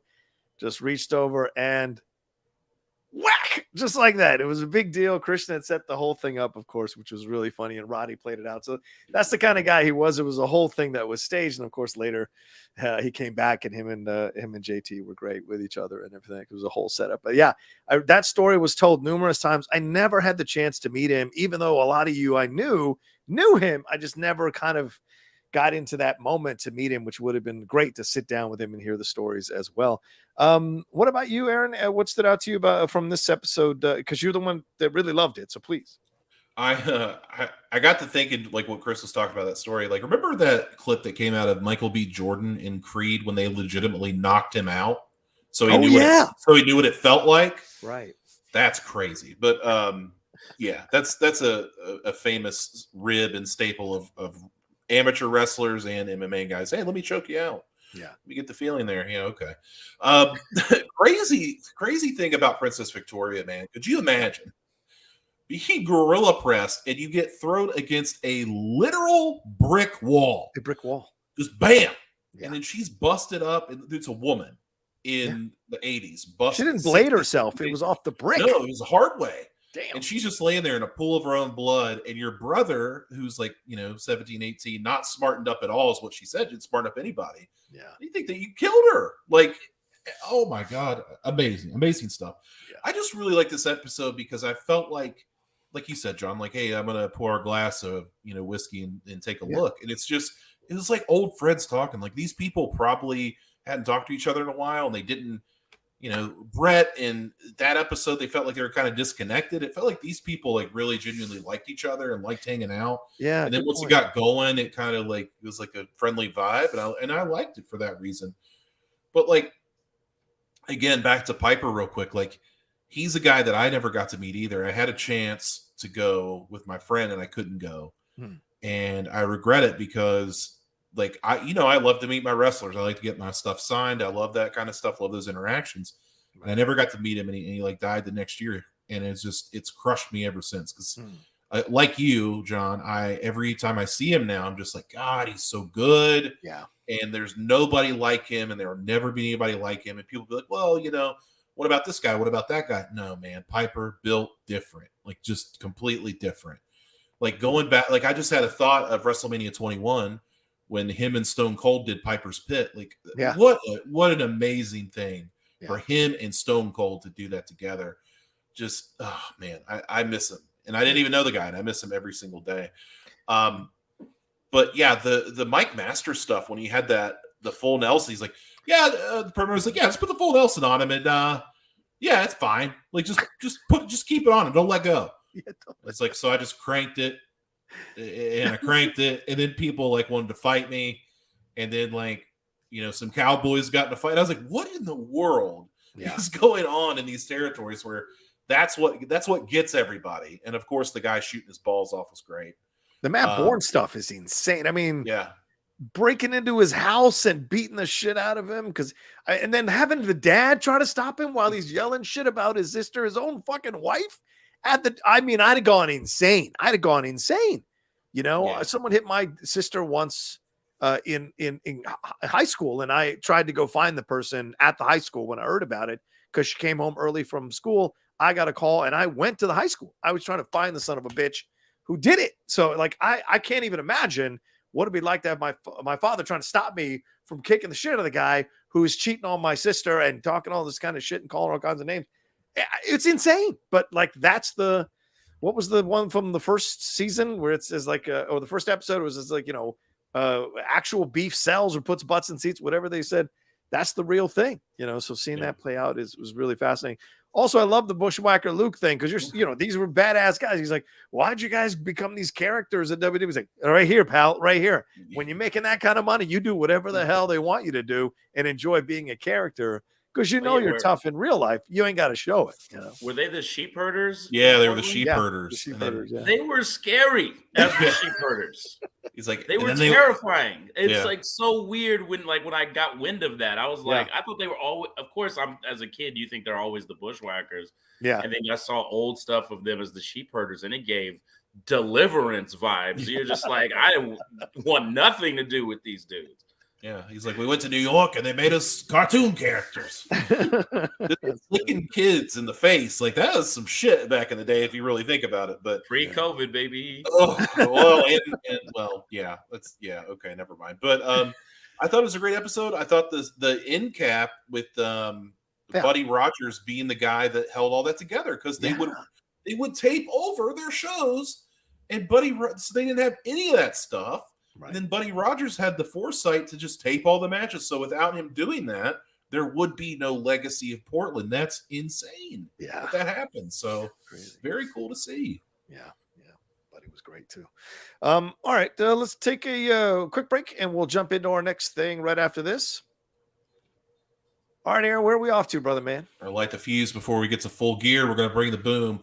We had Bryan Danielson and Claudio Castagnoli defeating Chris Jericho and Sammy Guevara in tag action. Mm-hmm. Sting then picked up Darby Allin, who was in a body bag, and then he put him in a car and drove him to Full Gear. I don't know. Then Jeff Jarrett responded after that by bringing up the past that we already forgot in TNA because we don't care. He's the last outlaw, though. Now, give me a fucking break. The Acclaimed unveiled their new music video, which brought us the return of Captain Insano from the Waterboy. Yeah, let's oof. And then Swerve Strickland defeated Anthony Bowens in singles competition. Then we had Wardlow, Powerhouse Hobbs, and Samoa Joe have a big pull apart, which set up a match for Full Gear. Britt Baker does a pre-tape doing nothing but telling the truth. And there was no Saraya on this show. Well, not on the go home. What the hell? Death Triangle defeated AR Fox and Top Flight in trios action. And then it was revealed that Death Triangle will face the Elite at Full Gear for the trios titles. Ricky Starks calls out Lance Archer and says he only deals in absolutes. So apparently Ricky Starks is a Sith. Ego Ethan Page defeated Bandito in singles action for some reason. And Tony Storm submitted Anna Jay with a Texas Cloverleaf. Appreciate that. Shout out Dean Malenko. And then the Firm, to end our show, beats up John Moxley with MJF doing the save. And then him and Mox get into a heated exchange, but no blows, just words. That was AEW in a nutshell for you. I don't know. What am I going to say? This was I felt a little lame. Maybe you guys would disagree with me, but it felt a little lame. The Sting stuff was weird. Danielson, Claudio, Jericho, and Guevara was fine because those guys are pros. They're going to deliver a good match every time. Jeff Jarrett, I could care less. I'm not an Acclaimed music video guy, so I'm sorry that doesn't work for me. Swerve and Anthony Bones was fine. The Wardlow, Powerhouse Hobbs, Simone, I'm already over that. Like, I'm already over that. Just move some. No offense, because Samoa could pull my arms off my body, but Samoa needs to move out of that. It is Powerhouse, Wardlow. Let them go at it. I know you got to do something with Samoa, but there's no reason to have him be in anywhere near that stuff. The Britt Baker promo, man, what are we doing? Like, I was confused because today I saw, or was it yesterday or today on Twitter, Saraya responded to a fan who was saying, like, who's the face, who's the heel, which is a legitimate complaint about what's going on here. And Saraya said, does it matter? And I was like, yes, it matters. It actually does. Matters. It matters a lot. In You're fact, a pro wrestler. Legit. You just talked about how you've been up and down the road for years, proving yourself. You know that face and heel matters in this kind of situation, especially if you're just getting back in after all this time off. You've got to be the automatic face. She needs to be the heel. So for her to be like, I know you blazed the path. I know you did this, but I've been the face and I've done this. And she's almost crying. I'm like, what are you doing? What are you doing? You're the heel. Be the heel. Go after her personal shit. Go after her stuff and go after the fact that she's rusty, that she's old, that we don't need no old ladies up in here with their geriatric bullshit. There is so much that you can play with here. And Saraya is a pro. She's been the heel in the face in numerous programs. So Britt Baker, I have to chalk this up to either bad booking or just a bad instincts to deliver a promo like this, because she's capable of being evil when she wants to be evil. And getting a shout out from the audience is no longer as powerful as you think it is if the promo isn't working. So to me, it was just a weird promo for something that should be way more exciting, way more built up, and way more of a highlight so that you can look forward to it than what they delivered in that promo. For me personally, I like the Death Triangle match I liked AR Fox a lot. I came out of that match wanting to see more of AR Fox for sure. Ricky Starks, fine, sure, whatever. Ethan Page, fine, sure, whatever. Tony Storm, yeah, okay, great. Jamie Hayter came out. Okay, we're gonna get to the predictions in a little bit, but still some clumsy moves from Tony. I don't know why Tony can't recapture that NXT UK magic. I don't know what it is. Is it the lower level of talent as opposed to playing, fighting Rhea Ripley, fighting others in NXT, or is it just something that's not working here? I don't know what it is. And I loved MJF's promo. Oh, I loved it against That's how you do it. That's how you do it. You go at him, you go at him, you go at him. Mox coming back, being like, I'm going to pull it out of you. Essentially giving away the ending of the match at Full Gear. But I liked that. It was fine. And apparently he called Tony Khan out after the cameras went off air or whatever. Kissed his ass after it. Kissed his ass. Yeah. Very weird. So clearly the face turn is almost fully complete in this situation. So what stood out to you, Chris? Not a whole hell of a lot. I texted you guys, like, does it feel like there's a pay-per-view this weekend? Like, it really did not feel this. Did this strike you as a go-home show? Yeah. You know what I mean? For a company that only has 4 pay-per-views a year, like, come on, man. Like, you. So we're not going to see the Elite until the pay-per-view. Like, they have nothing to say. They just looks like magically appear on a flyer, like the biggest stars that you have left in the company. Like, that's a horrible way to do a go-home angle. Look, Bryan Danielson is the best wrestler in AEW. Oh my God, yeah. He needs some sort of gold on him. I almost am at this point. I'm like, have him just fucking beat Wardlow and be the TNT champion. Just have him fucking do it. Like, just do a real DDP versus Goldberg match where he just gets out wrestled. You know what I mean? And then, but obviously Goldberg won that match, but just have Danielson just beat him and go a different direction with Wardlow. Yeah. Because I, like you, am tuned out of this big meaty men feud. I still can't believe it was just like Powerhouse Hobbs kicks the shit out of an over Ricky Starks, and then he just moves on. Yeah, like that's what you did to play off of how popular Ricky had become. Yeah. Now he's just getting smacked around every single week. You got shit canned by Lance Archer. Yeah, it's yeah. What are we doing? He was on the precipice of being another homegrown fucking mainstay. I just don't understand it all. I'm over the Darby Allin home movies. It's What is that? we are not in. I don't know what sort of performance art college that he's attending, and he has assignments due every week apparently. But it's just like, can we just have him wrestle? Can we just have him wrestle? He was getting over when he was on the show a lot more. I feel like he's barely on Dynamite anymore. And, Sting still is just kind of like his sidekick. Like, can we get Sting in a storyline perhaps? I mean, yeah. Seems odd. Is that so hard? And again, if I may not watch, I may take a strike. I may do an AEW strike. Ooh, if they give me a Sting Jeff Jarrett solo match. Oh, I am not interested. I do not want to see it. I do not want to see. I do not care about TNA's history. I do not care. Do not do it. Do not do it. Or same thing. No Samoa Joe, Jeff Jarrett. I don't want any of that. Do you understand? Let this whole thing play out and just be done. Go do your backstage role. I don't need any more Jeff Jarrett. I'm sure he's a great guy. He seems like a great guy. I don't need him on my TV. Unless he's singing My Baby Tonight, I don't want to see it.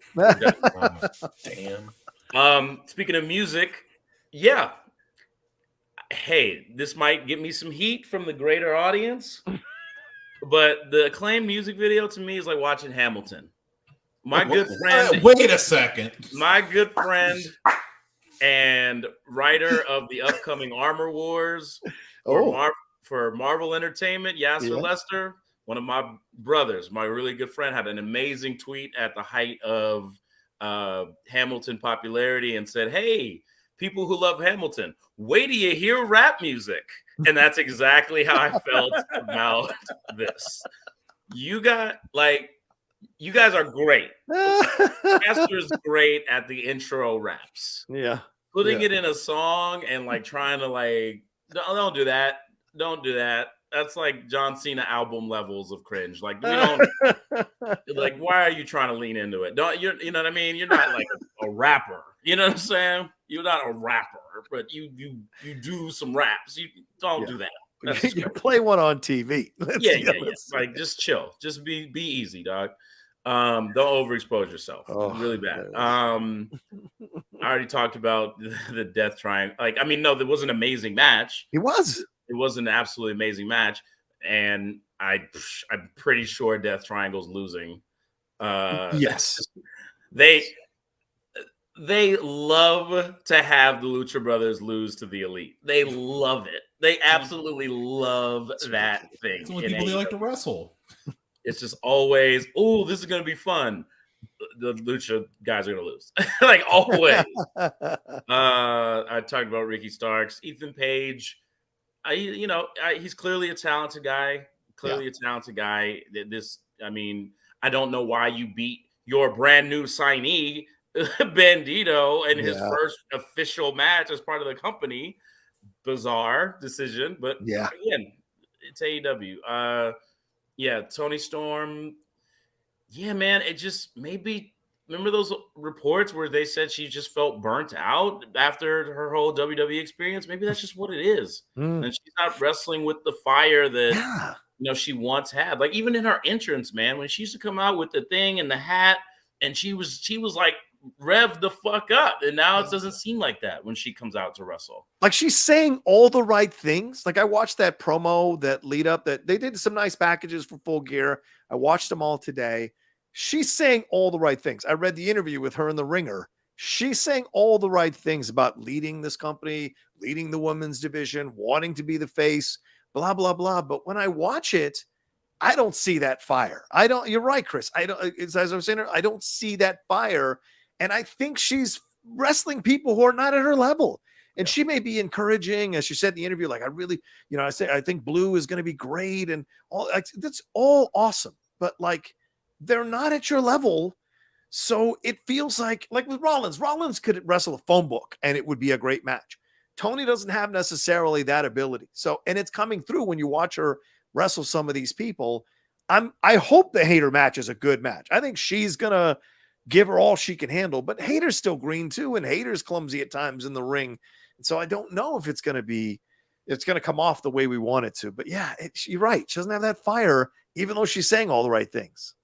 Also, and I'm not one of the I hate to be the guy that's telling women not to talk, but Tony at her height didn't cut promos. Yeah. She didn't really say much. Yeah. She would come out and just excite the crowd and do her thing. Like, that was the kind of baby face and heel that she was. Like, it was almost the El Generico effect of, like, he didn't ever say anything. He just tells his stories in the ring. Yeah. And that's like kind of what she used to be. Now they rely on her to storytell with the promos, and maybe that's just not her strong suit. Yeah. Yeah. You know what I mean? And it hurts her push. Yeah. I'm with you about MJF. I feel like that ending got telegraphed. Like, all I kept thinking as they were going to Black was, why is Regal standing there like that? Yeah. You know what I mean? It's like they're purposely showing you, hey, are you guys paying attention? Regal's there. Regal's there. Regal's there. Something's going to happen with Regal. Something's going to happen with Regal. And I'm like, you're setting it up too much. You're setting it up way too much. You're telegraphing it for everybody. Yeah. Will it be fun? Absolutely. Sure. But a little too telegraphed. Yeah, Moxley.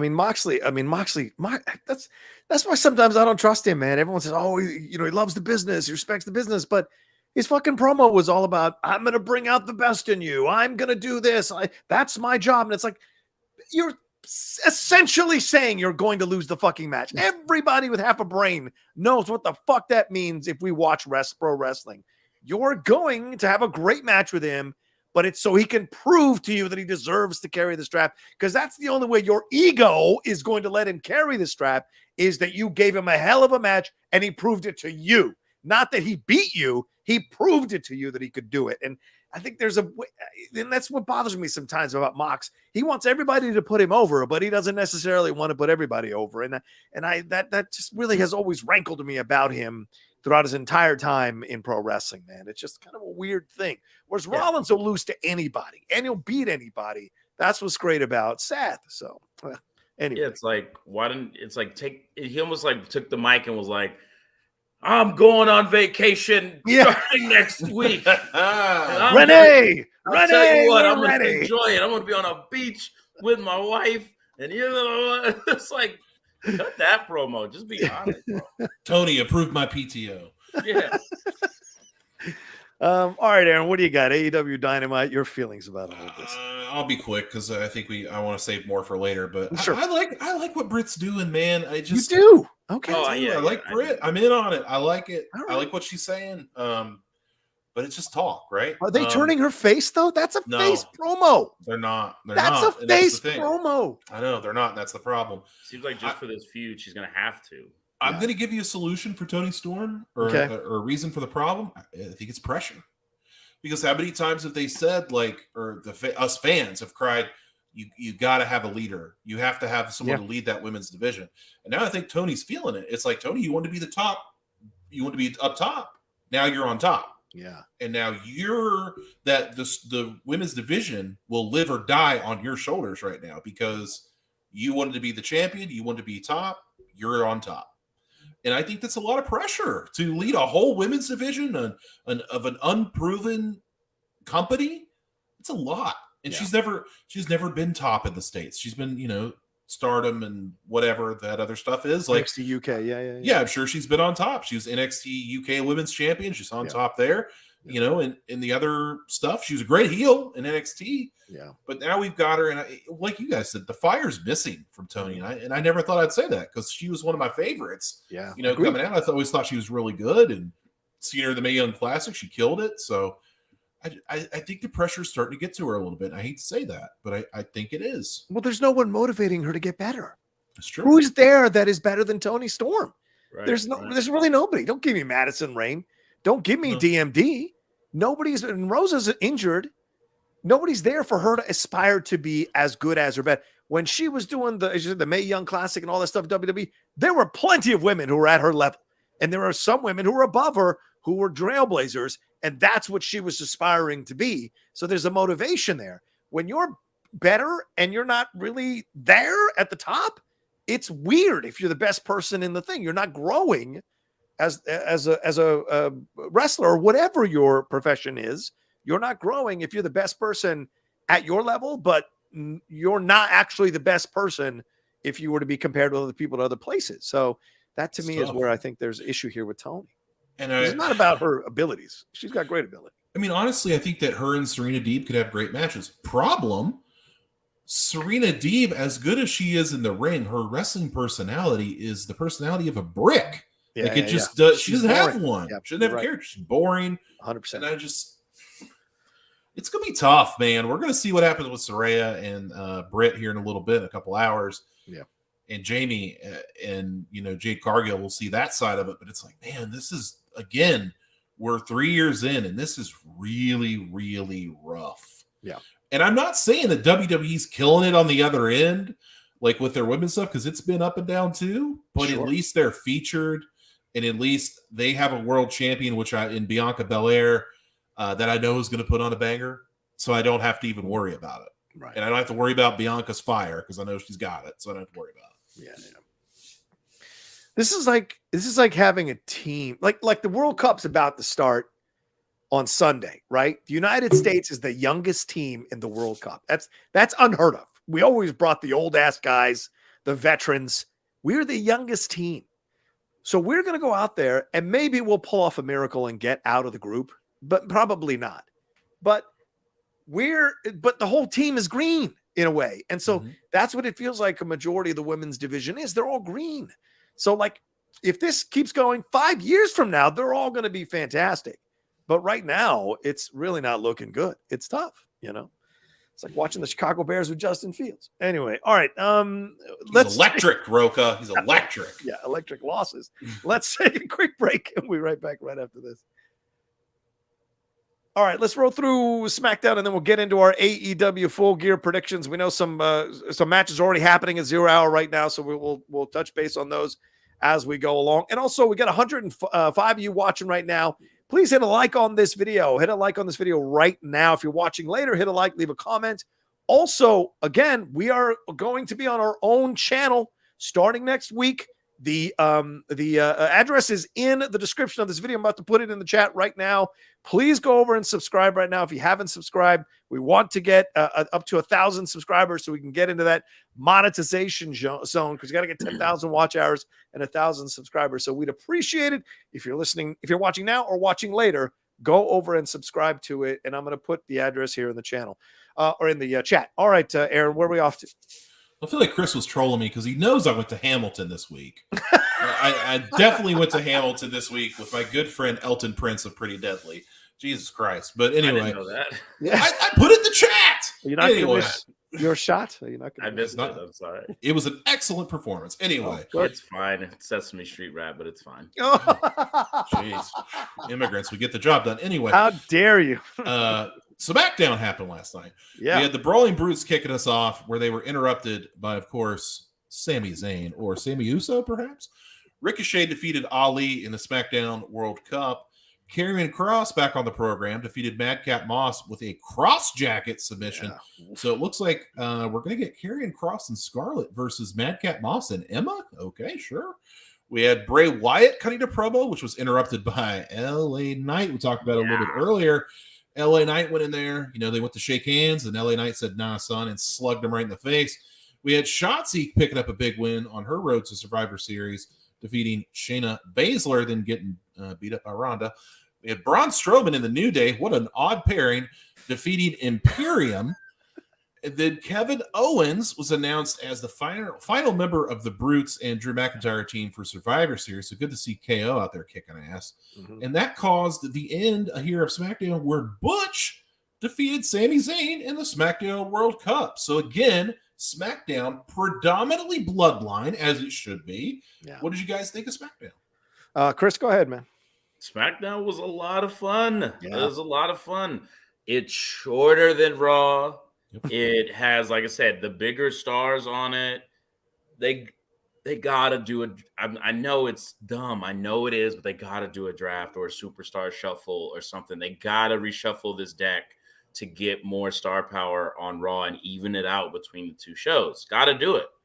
The I told you guys in the chat the brawling. I mean, Sheamus and Drew McIntyre. I've been sleeping on how hard their theme musics are. Like when they crank you, I'm like, I am ready to go. Like those are great theme musics. In an age where modern theme musics are mostly trash, like they're memorable and they hit every single time. Certified bangers, and I was happy to hear them. And I'm in for this. This conglomerate of guys going in against the bloodline. It makes total sense. Yeah.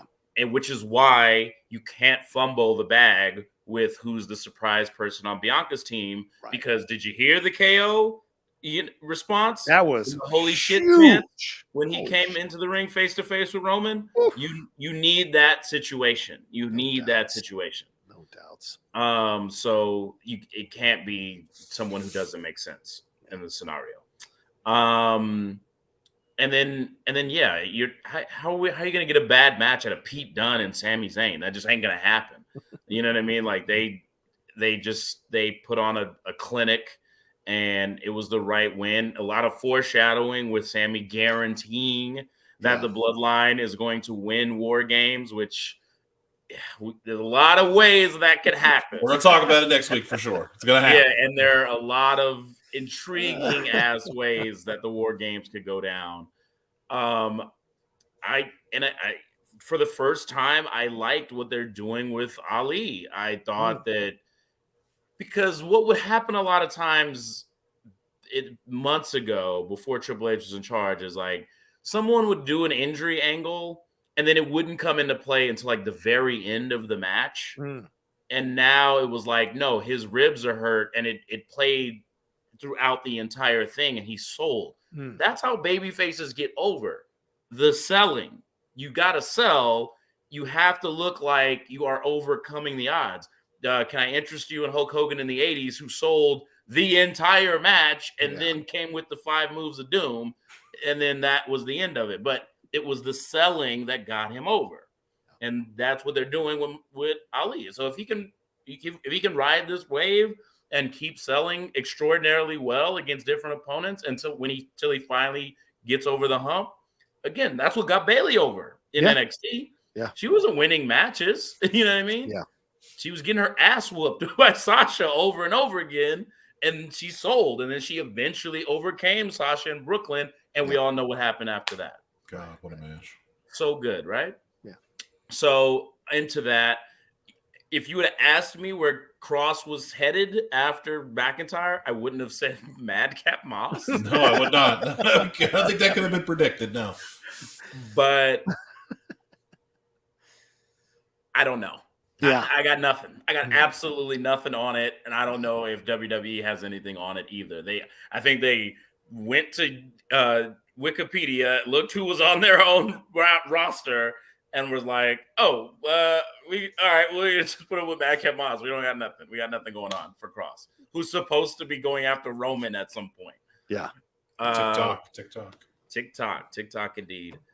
The Bray Wyatt stuff, super fun this week, because what I like about it, and what was missing, honestly, from the Firehouse Funhouse era of Firefly Funhouse era of Wyatt, was there wasn't a lot of interaction with the roster. He was in a separate universe that somehow people could find on occasion. John Cena somehow found the Funhouse. You know what I mean? Like, I don't know, but this is like, couldn't see him, Chris. Yeah. He's like, you see how this conflicted character is, like I said, interacting with the greater WWE universe and how it fits contextually into stories. He's not just doing all this spooky dooky shit, and then it's like it only matters at times with other members of the roster. Right. And so I really enjoyed it. And then, the look on his face when LA Knight gave him that second slap. Oh my God. was so well done. So well done. It was character progression. And I'm going to tell you this. What I enjoyed about the whole thing where LA Knight's leaving and you see the mask sitting there waiting for him and then he gets hurt later, there's no guarantee that was Bray who did that. Right. There's not, and that adds more intrigue to what the fuck is going on. Is it Uncle Howdy? Is it, the devil mask? Is it Bray? Is it, who is even Uncle Howdy? You know what I mean? Like, so, all right, Bray, you got me. You bought more time. I was starting to get a little like, where's this going? You got me. And also so well shot. WWE is great at those reveal shots. And no one does it better than them. That was just awesome. Yeah. Okay. New Day, listen. I love you guys. I've met you all on several occasions. Woods especially. I really need to say something to you guys. I know you watch. Okay. Stop being the black dudes that stand next to the fucking guy who says problematic things. Stop being those guys. Yeah, I can't. You did it with Hogan. Yeah. You know what I mean? I feel like you did it with someone else, and now you're just with Strowman. Just stop doing that. Stop letting them do that. You've been in the company for so long. Yeah. You have so much say and stroke. You got Xavier Woods to be king of the ring. It was a thing he wanted to do for so long, and you made that happen. Yeah. Please, at some point, say, no, we're not going to be the guys to be like, no, look, it's all good. He's our white. We're his black friends. Stop it. Stop doing that. Fucking A. I'm glad you said it. I can't say it, obviously, because I'm not black, but it, as a person of color, it really rubs me the wrong way that they default to them every time. And look, Big E's and Greg, Kofi, Xavier, they're all nice people. They clearly work with people of all creeds, all colors, all ethnicities, all of that. But like, you're tacitly endorsing this person's point of views by being friends with them. And it's not about, oh, we just differ on the price of bread. No, it's what bread is good. It's a completely different thing. And it's a lifestyle that's meant to marginalize you, and you're advocating this man's points of view who wants to marginalize you. And I just it's a shame that they're doing it, and it really bothers me that they're not more aware of it. And we saw a photo, we're not going to get too political, but I saw a photo the other day, Linda McMahon sitting in between Trump and MTG there. So it's still very much a fabric of the WWE, whether Vince is around or not. So it just kind of concerns me, that kind of thing. I feel like they need to be a little bit more conscientious of that kind of stuff. And yeah, you're right. The black wrestlers need to be like, fuck that. We're not going to go through with that, Especially how, because they are very proud black men. It's not as though they're like, guys who don't lean into their heritage and their history. They do. So it makes it even more like cringy whenever they're put in that position. I get it. It's your job. And when you're told to do something, you kind of just have to do it. Yeah. But like at some point, you just got to be like, you can't go default to us every time. It just is a horrible look. Yeah. With that being said, I actually am interested in Ricochet versus Braun. Yeah. They've helped out. They have rehabbed Ricochet to the point where now I'm excited about his matches again. And so, and they tied it into real life. Again, Braun having verbal diarrhea and talking shit about the flippy wrestlers as though he has a fraction of the in-ring talent as most of these guys. Or resume. And now, okay. And then they played that into the story. And I'm into that. Yeah. And oh my God, someone said Hayabusa on WWE TV. And I can't even believe that happened. We are in a weird alternate reality. But other than that, it was a great episode. Okay. Roman coming in right at the end was perfect. You could tell that KO's MCL is indeed fucked up. He was not making any sudden movements. You could tell, right? Yeah. Yeah. He's definitely favoring it. So I hope that he doesn't aggravate it on the way to War Games or in War Games, God forbid. Odd decision to have Shayna lose to Shotzi. That's because Shotzi's going to lose to Ronda. So they had to give her a W to build up the hype that the possibility could exist. There's so many women on that roster that she could have beat. Yeah. Shayna's in the middle of a character rehab. Don't have her get pinned. Yeah. You know what I mean? While that's happening, Fair. like let Shotzi get a win, and then Ronda and Shayna jump her. Yeah. You know what I'm saying? Like very easy, very easy. Yeah. But yeah, and so that was pretty much SmackDown. It's still just killing it every week, killing it. Yeah. Aaron, whose game is it? LA Knight's game. That's all SmackDown for me. Like, Bloodline stuff is great. I like it. It's LA Knight's game. Like, I think we talked about this in our group chat. Like, I didn't think they were going to put LA Knight with Bray Wyatt. I couldn't have called that. Yeah, and then they did, and I was like, oh yeah, this works great because Bray likes to do his rambling and his talking, and LA Knight's like, okay, weirdo, like I'm about to talk your head off, and it works perfectly. Like LA Knight is so good, and he's going to be great in this role. And is it kind of a let's see what Bray can do now that he's back? Yeah, sure, but it's going to be LA Knight. Like, he's going to be better for this. This is a big profile feud. This is the highest profile he's had in WWE. So This is great, and I'm really excited to see that. Love LA Knight. I've loved him for a long time. Mr. Eli Drake, dummy. Yeah, I love it. And yeah, he's so good. Yeah. I love Kevin Owens. I love Ricochet. I'm still in on Cross, though I'm starting to get on the outs with Cross. Like, come on, man. Like, let's do something. He's veering into Corbin territory, man. It's like, how do you get a big win over? It's kind of like he's in a Riddle situation because, like, Riddle beat Seth in that fight pit, and it's like, all right, well, he got a signature win, and then now he's losing to Chad Gable, and Seth's the United States champion, and then it's like Drew McIntyre. Well, Cross beat McIntyre first, and then Drew beat him in the second one. But it's like, instead of like Cross getting elevated, he goes against Madcap Moss, and Drew McIntyre's in the big old War Games match. So it's like, what the hell? You know, like, I don't know what happened there. So we need a little more character rehab on Mr. Cross, apparently, because I guess because he has hair, he sucks now. I don't know what the deal is. But that was SmackDown for me. Okay. Pesky bell keeps ringing every time Cross goes around. Damn bell had to ring. Yeah, love the Ricochet stuff. Love that they're patching him up with Strowman, which of course is just going to be a nice program to keep him busy till he faces off against Gunther, because they basically tease that, and so that's going to be happening, which I'm looking forward to as well. Yeah, the Cross stuff, it's weird. Are they going to put Emma versus Scarlett in a match at some point? Maybe. It seems like they're leaning to that as well. I feel bad for Kayla Braxton, who had to deal with Braun Strowman sweating all over her and possibly spitting on her and coughing on her when he was doing his after, which was so weird. And she's had COVID 3 times apparently, so for God's sakes, don't give her COVID again.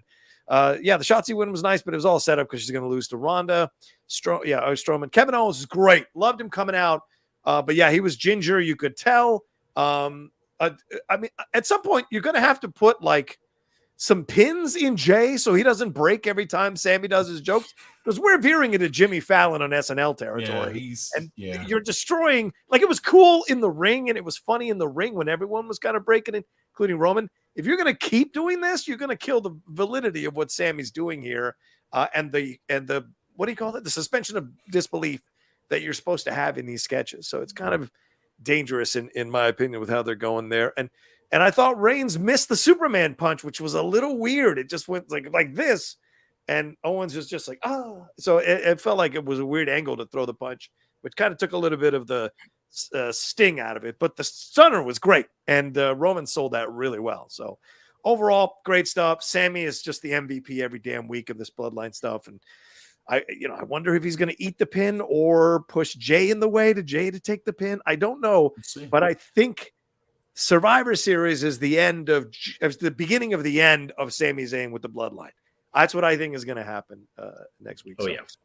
All right, let's move on to our predictions here I know we're running. Oh yeah, go ahead. We have a special announcement before that with graphic. If you go ahead, it. Please.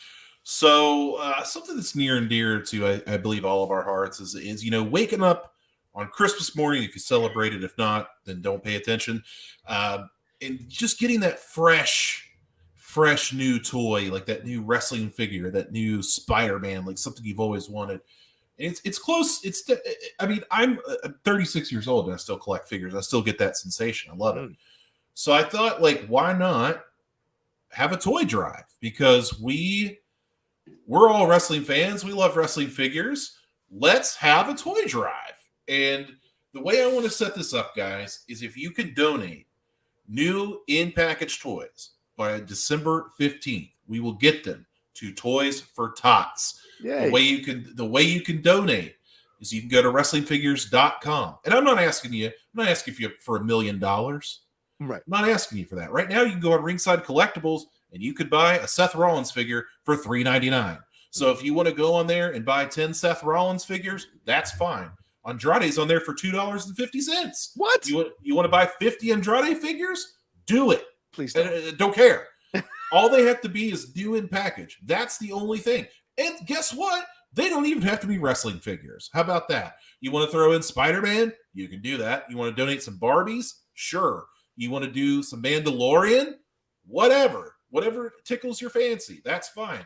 What I would ask for you to do, you can ship them to my house. It's right there at the bottom of this graphic. It says mail. Just address it to SSTD, that's Strong Style Toy Drive, 875 Jetway Street, Orange City, Florida, 32763. If you don't want to do that, and you're like, dude, that's a lot of money, I totally get it. If you want to donate through PayPal, Cash, or Venmo, I will take all of the donations and buy toys and take them there. Like, we will do it that way. Awesome. If you'd like to do that. If you want to do it through Amazon and ship it to my house, so you don't have to pay for shipping. Totally fine. You can do that. There are ways to do this. If you don't want to participate at all, not a problem. If you want to donate toys for Tots for yourself, totally fine. Do it.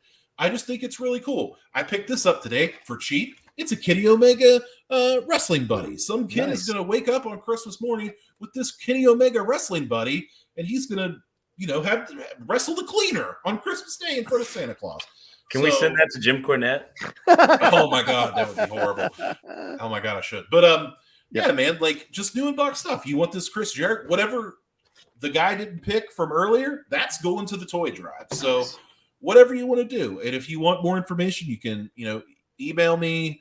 You can email the show, strongstylelive@gmail.com. You can DM me on Twitter. We'll talk all about it, and we'll do that. And please, awesome. By December 15th, let's get it done.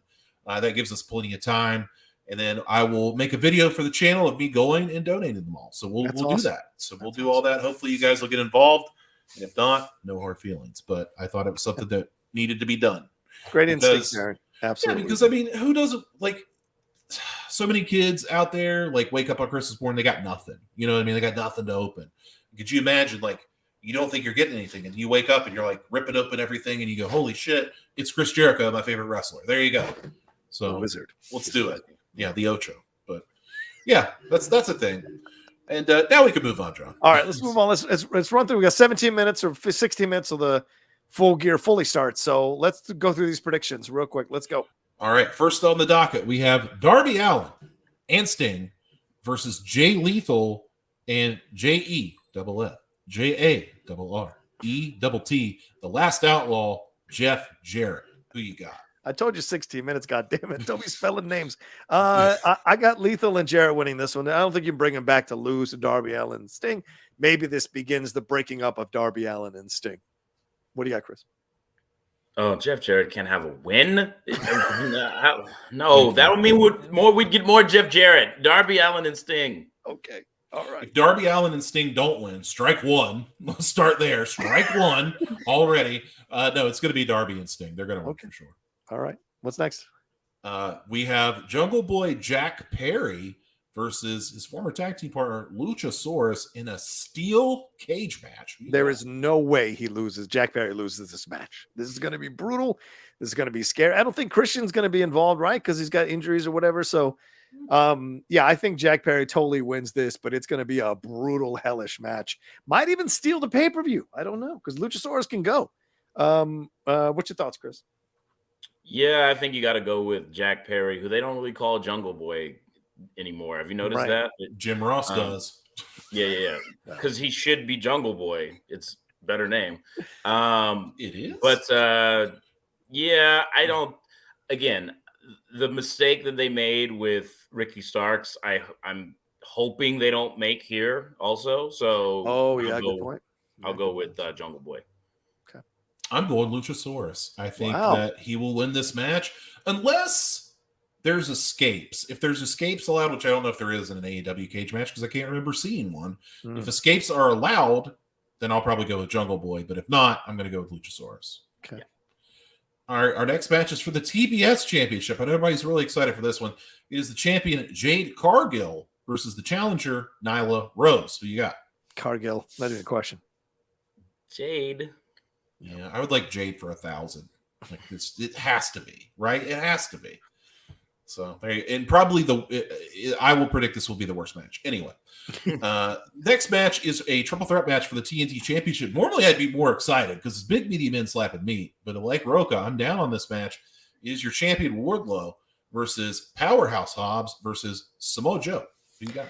I take Wardlow on this one because I think they brought Samoa Joe in maybe to kind of keep Powerhouse Hobbs from winning it, and the fact that all three of them are going to go at each other. So I think Samoa is going to make a mistake, and that event or Powerhouse will, and that eventually leads to Wardlow retaining the TNT Championship. He might pin Samoa. Don't be surprised. I think they want to save Powerhouse. So what do you think, Chris? Yeah, I think Joe eats the pin. I think he's the veteran who won't be hurt by taking a loss. So, and they're trying to bring Wardlow back to being that excuse me, that monster that he was. So this would be, I guess, a good way to do it. So yeah, Wardlow. Yeah, I'll go with Wardlow as well. I think he's on that Batista run. Hopefully, get some of that magic back. Good point. Next matchup is for the AEW Trios Championship. It is the Death Triangle versus the Elite. Who you got? No way the Elite doesn't win this. Just no way. I love Pac, and he's done a great job with the Death Triangle, but there's no way the Elite doesn't win. I think the Elite definitely wins, and then I think the House of Black returns. Oh, interesting. Right after the victory, huh? Yep. I love it if Punk shut up. Anyway, what do you think, Aaron? I think my good friend Kenny Omega and his boys win. Good to see Kenny back, not so much the Young Bucks. But yeah, I think the Elite will win it was just a placeholder, honestly, for Death Triangle anyway. So yeah, I'll go with the Elite. Next contest is for a lot of title matches. Next contest is for the AEW Tag Team Championships. It is our boys, the Acclaimed, the champions, versus Swerve in Our Glory, not FTR. Thank you. Who you got? Chris, you take this one first. Oh, scissor me daddy. The Acclaimed is happening, and I think finally we get the breakup with Swerve in our I echo Chris's thoughts 100%. Scissoring's a handshake, let's not forget. But yeah, the Acclaimed. Hopefully they can put on a good show, man. Why do we not have 7-star FTR on here? I don't know what's going on, but yeah, I'll go with the Acclaim. Next match, I know it's a championship we've all been anticipating. The Ring of Honor World Title. It's a fatal 4-way. Claudio Castagnoli versus Sammy Guevara versus Bryan Danielson versus our champion, the Ocho, Chris Jericho. Who you got? It feels weird to think that Claudio might get it back, but I have a weird feeling that he might get it back. So as much as I'd love to default to Jericho or even I don't think Danielson needs it. There's no way they're giving it to Sammy. And I don't know if Jericho, I don't know. I feel like Claudio, but Jericho's probably going to win. What do you got, Chris? This is where I'll probably switch over to the stream of Dax Harwood doing commentary on his match against DIY from is that happening? He said on Twitter maybe he'll just get drunk and do a review of that match and break it down since he's not on the pay-per-view. And I'm like, that sounds great. I want to see that. Because this match, I don't care. I don't care at all. Yeah. But I think Jericho wins because I think they have a Ring of Honor pay-per-view coming up, and he'll probably be the drawing champion. Fair point. Yeah, fair point. I'm going to go Jericho, though I do kind of subscribe to what you're saying, Rocha. They have been building up Claudio a little bit. Yeah. He's been getting some big wins. So I could see Jericho winning, and him and Claudio headlining the Ring of Honor pay-per-view. Oh, okay. I could see that happening. So yeah, that'd be good. I guess Jericho again. God, get off my TV. Next contest is for the AEW Women's Championship. It is the champion Toni Storm versus her former roommate Jamie Hayter. Who you got here? This is actually really difficult to call because They just put the belt on Tony. Yeah, and she's defended a few times. They haven't been sterling defenses. But it's weird. Like, Hayter's coming up, and everyone thinks they should put the belt on Hayter. So I feel like they can go one of two ways. One, you give her the belt. It's still too early for her to have the belt, but you see what you got. Or she comes, and then you motivate Tony to come back and get the belt. It becomes where the fans get behind Tony. Or you do have her lose, but she puts on a banger of a match with Tony, and there's possibly a little bit of respect at the end between them, which pisses off DMD. She comes in, and then it becomes a thing where Tony and Hayter maybe explore reuniting their friendship, which they've talked about all over the promo for this match. So I think Tony Storm wins, but I would not be surprised if they take the chance to put it on Hayter to see what the response will be. Chris?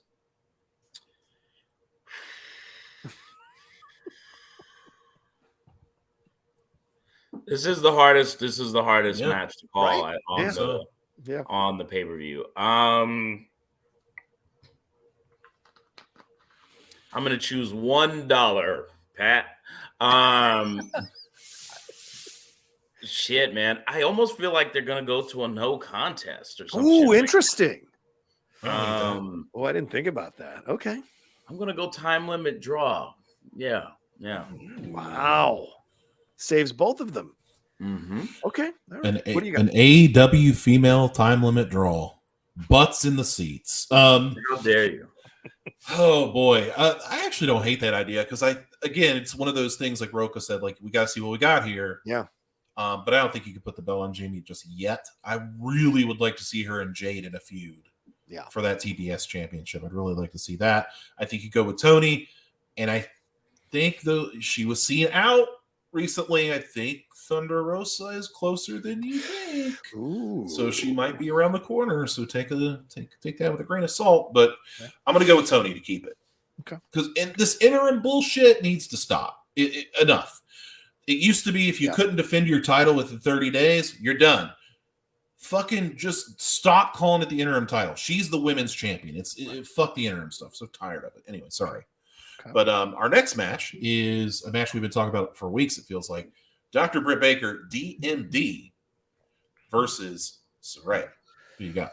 I don't think you bring back Saraya after all this time to lose. I get it that you want to keep DMD getting over, but I just don't think you bring her back to lose for the first time ever in years. So I go with Saraya in this one. Yeah. I mean, by maybe 50 to 49%, or 51 to 50% rather. I will take that. Yeah. 51 to 49. Sorry. Yeah. Math. I hate math. Chris, your thoughts? Yeah, it's got to be Saraya. It would just be weird. It's just weird otherwise. But the person who has the hardest job on this match is the agent, because you have to have Saraya wrestle like a heel. You have to.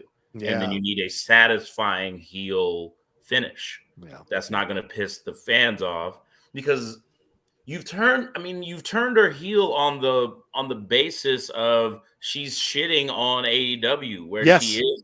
Yeah.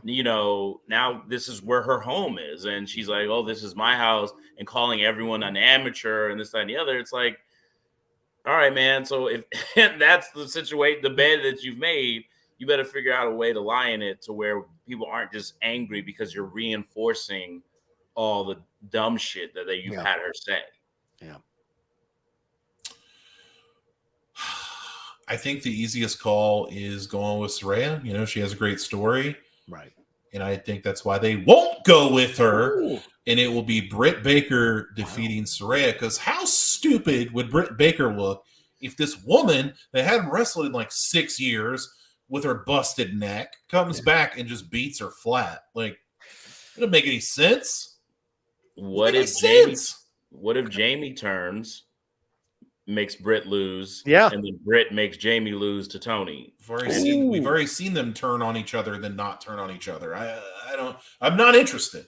Maybe it's real this time. Nope, not into it. All right. No, I think that Britt will win, and then I think at the end, because Saraya can only wrestle once a month, I think that she's going to do that Seth Rollins stomp that she likes to do on her neck. Oh, and Britt's going to get suspended. That's what's going to happen. She's get suspended. Okay. Saraya's going to be out of action. So let's go. And then our final matchup. Right, MJF. Did you give your pick? You gave your Which pick, one? Right? No, Yeah, you just gave your pick. Okay. For the AEW World Heavyweight Championship, it is the champion, Jon Moxley, versus the challenger, the Joker, Maxwell Jacob Friedman. Who you got? I got the devil. He tricked me into not existing. Yeah, I got the devil. He's going to win this thing, please.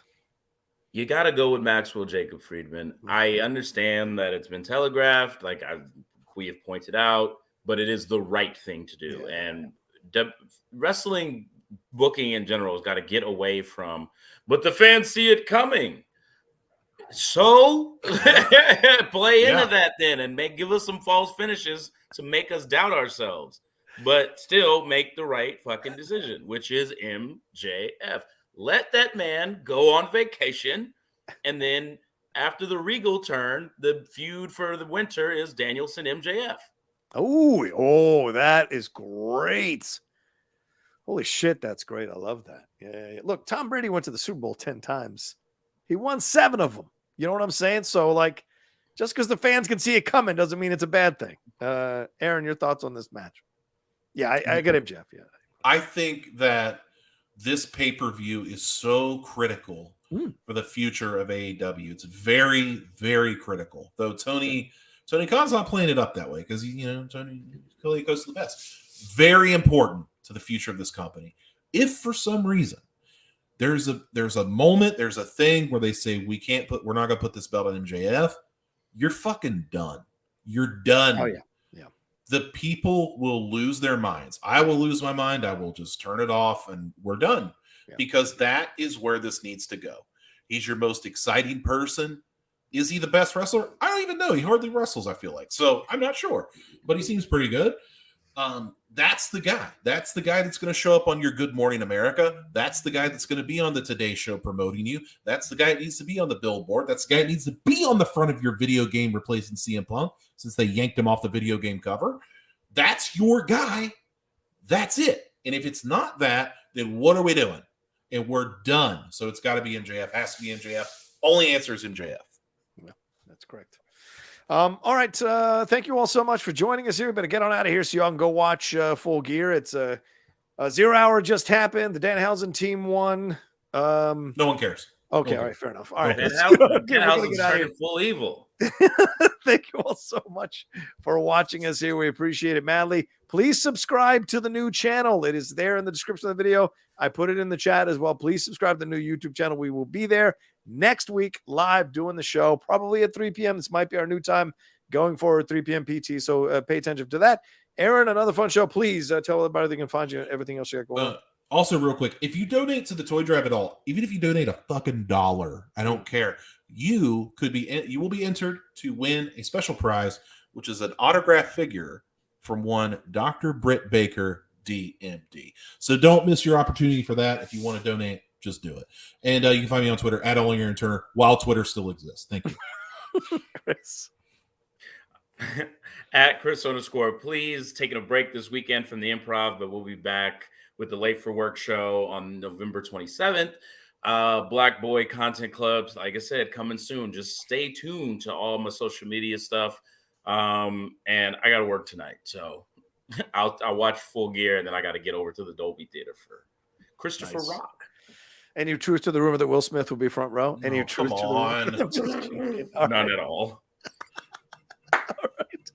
You guys are awesome. Thank you all so much. You can follow me at The Rocha Says on Twitter, Instagram, and TikTok, The Outlaw Nation on Twitch. And please subscribe to my channel down below, along with the Strong Style YouTube channel as well, so you can enjoy all the content. If you're a World Cup person, I will be doing the World Cup tomorrow. I will do a live watch along of it. I'm not sure if it's going to be YouTube or Twitch, but follow me and I will announce it on my social medias for sure. And that's it from us. Y'all take care of yourselves. Be well. And we'll talk to you next time with another brand new episode of Strong Style. Peace.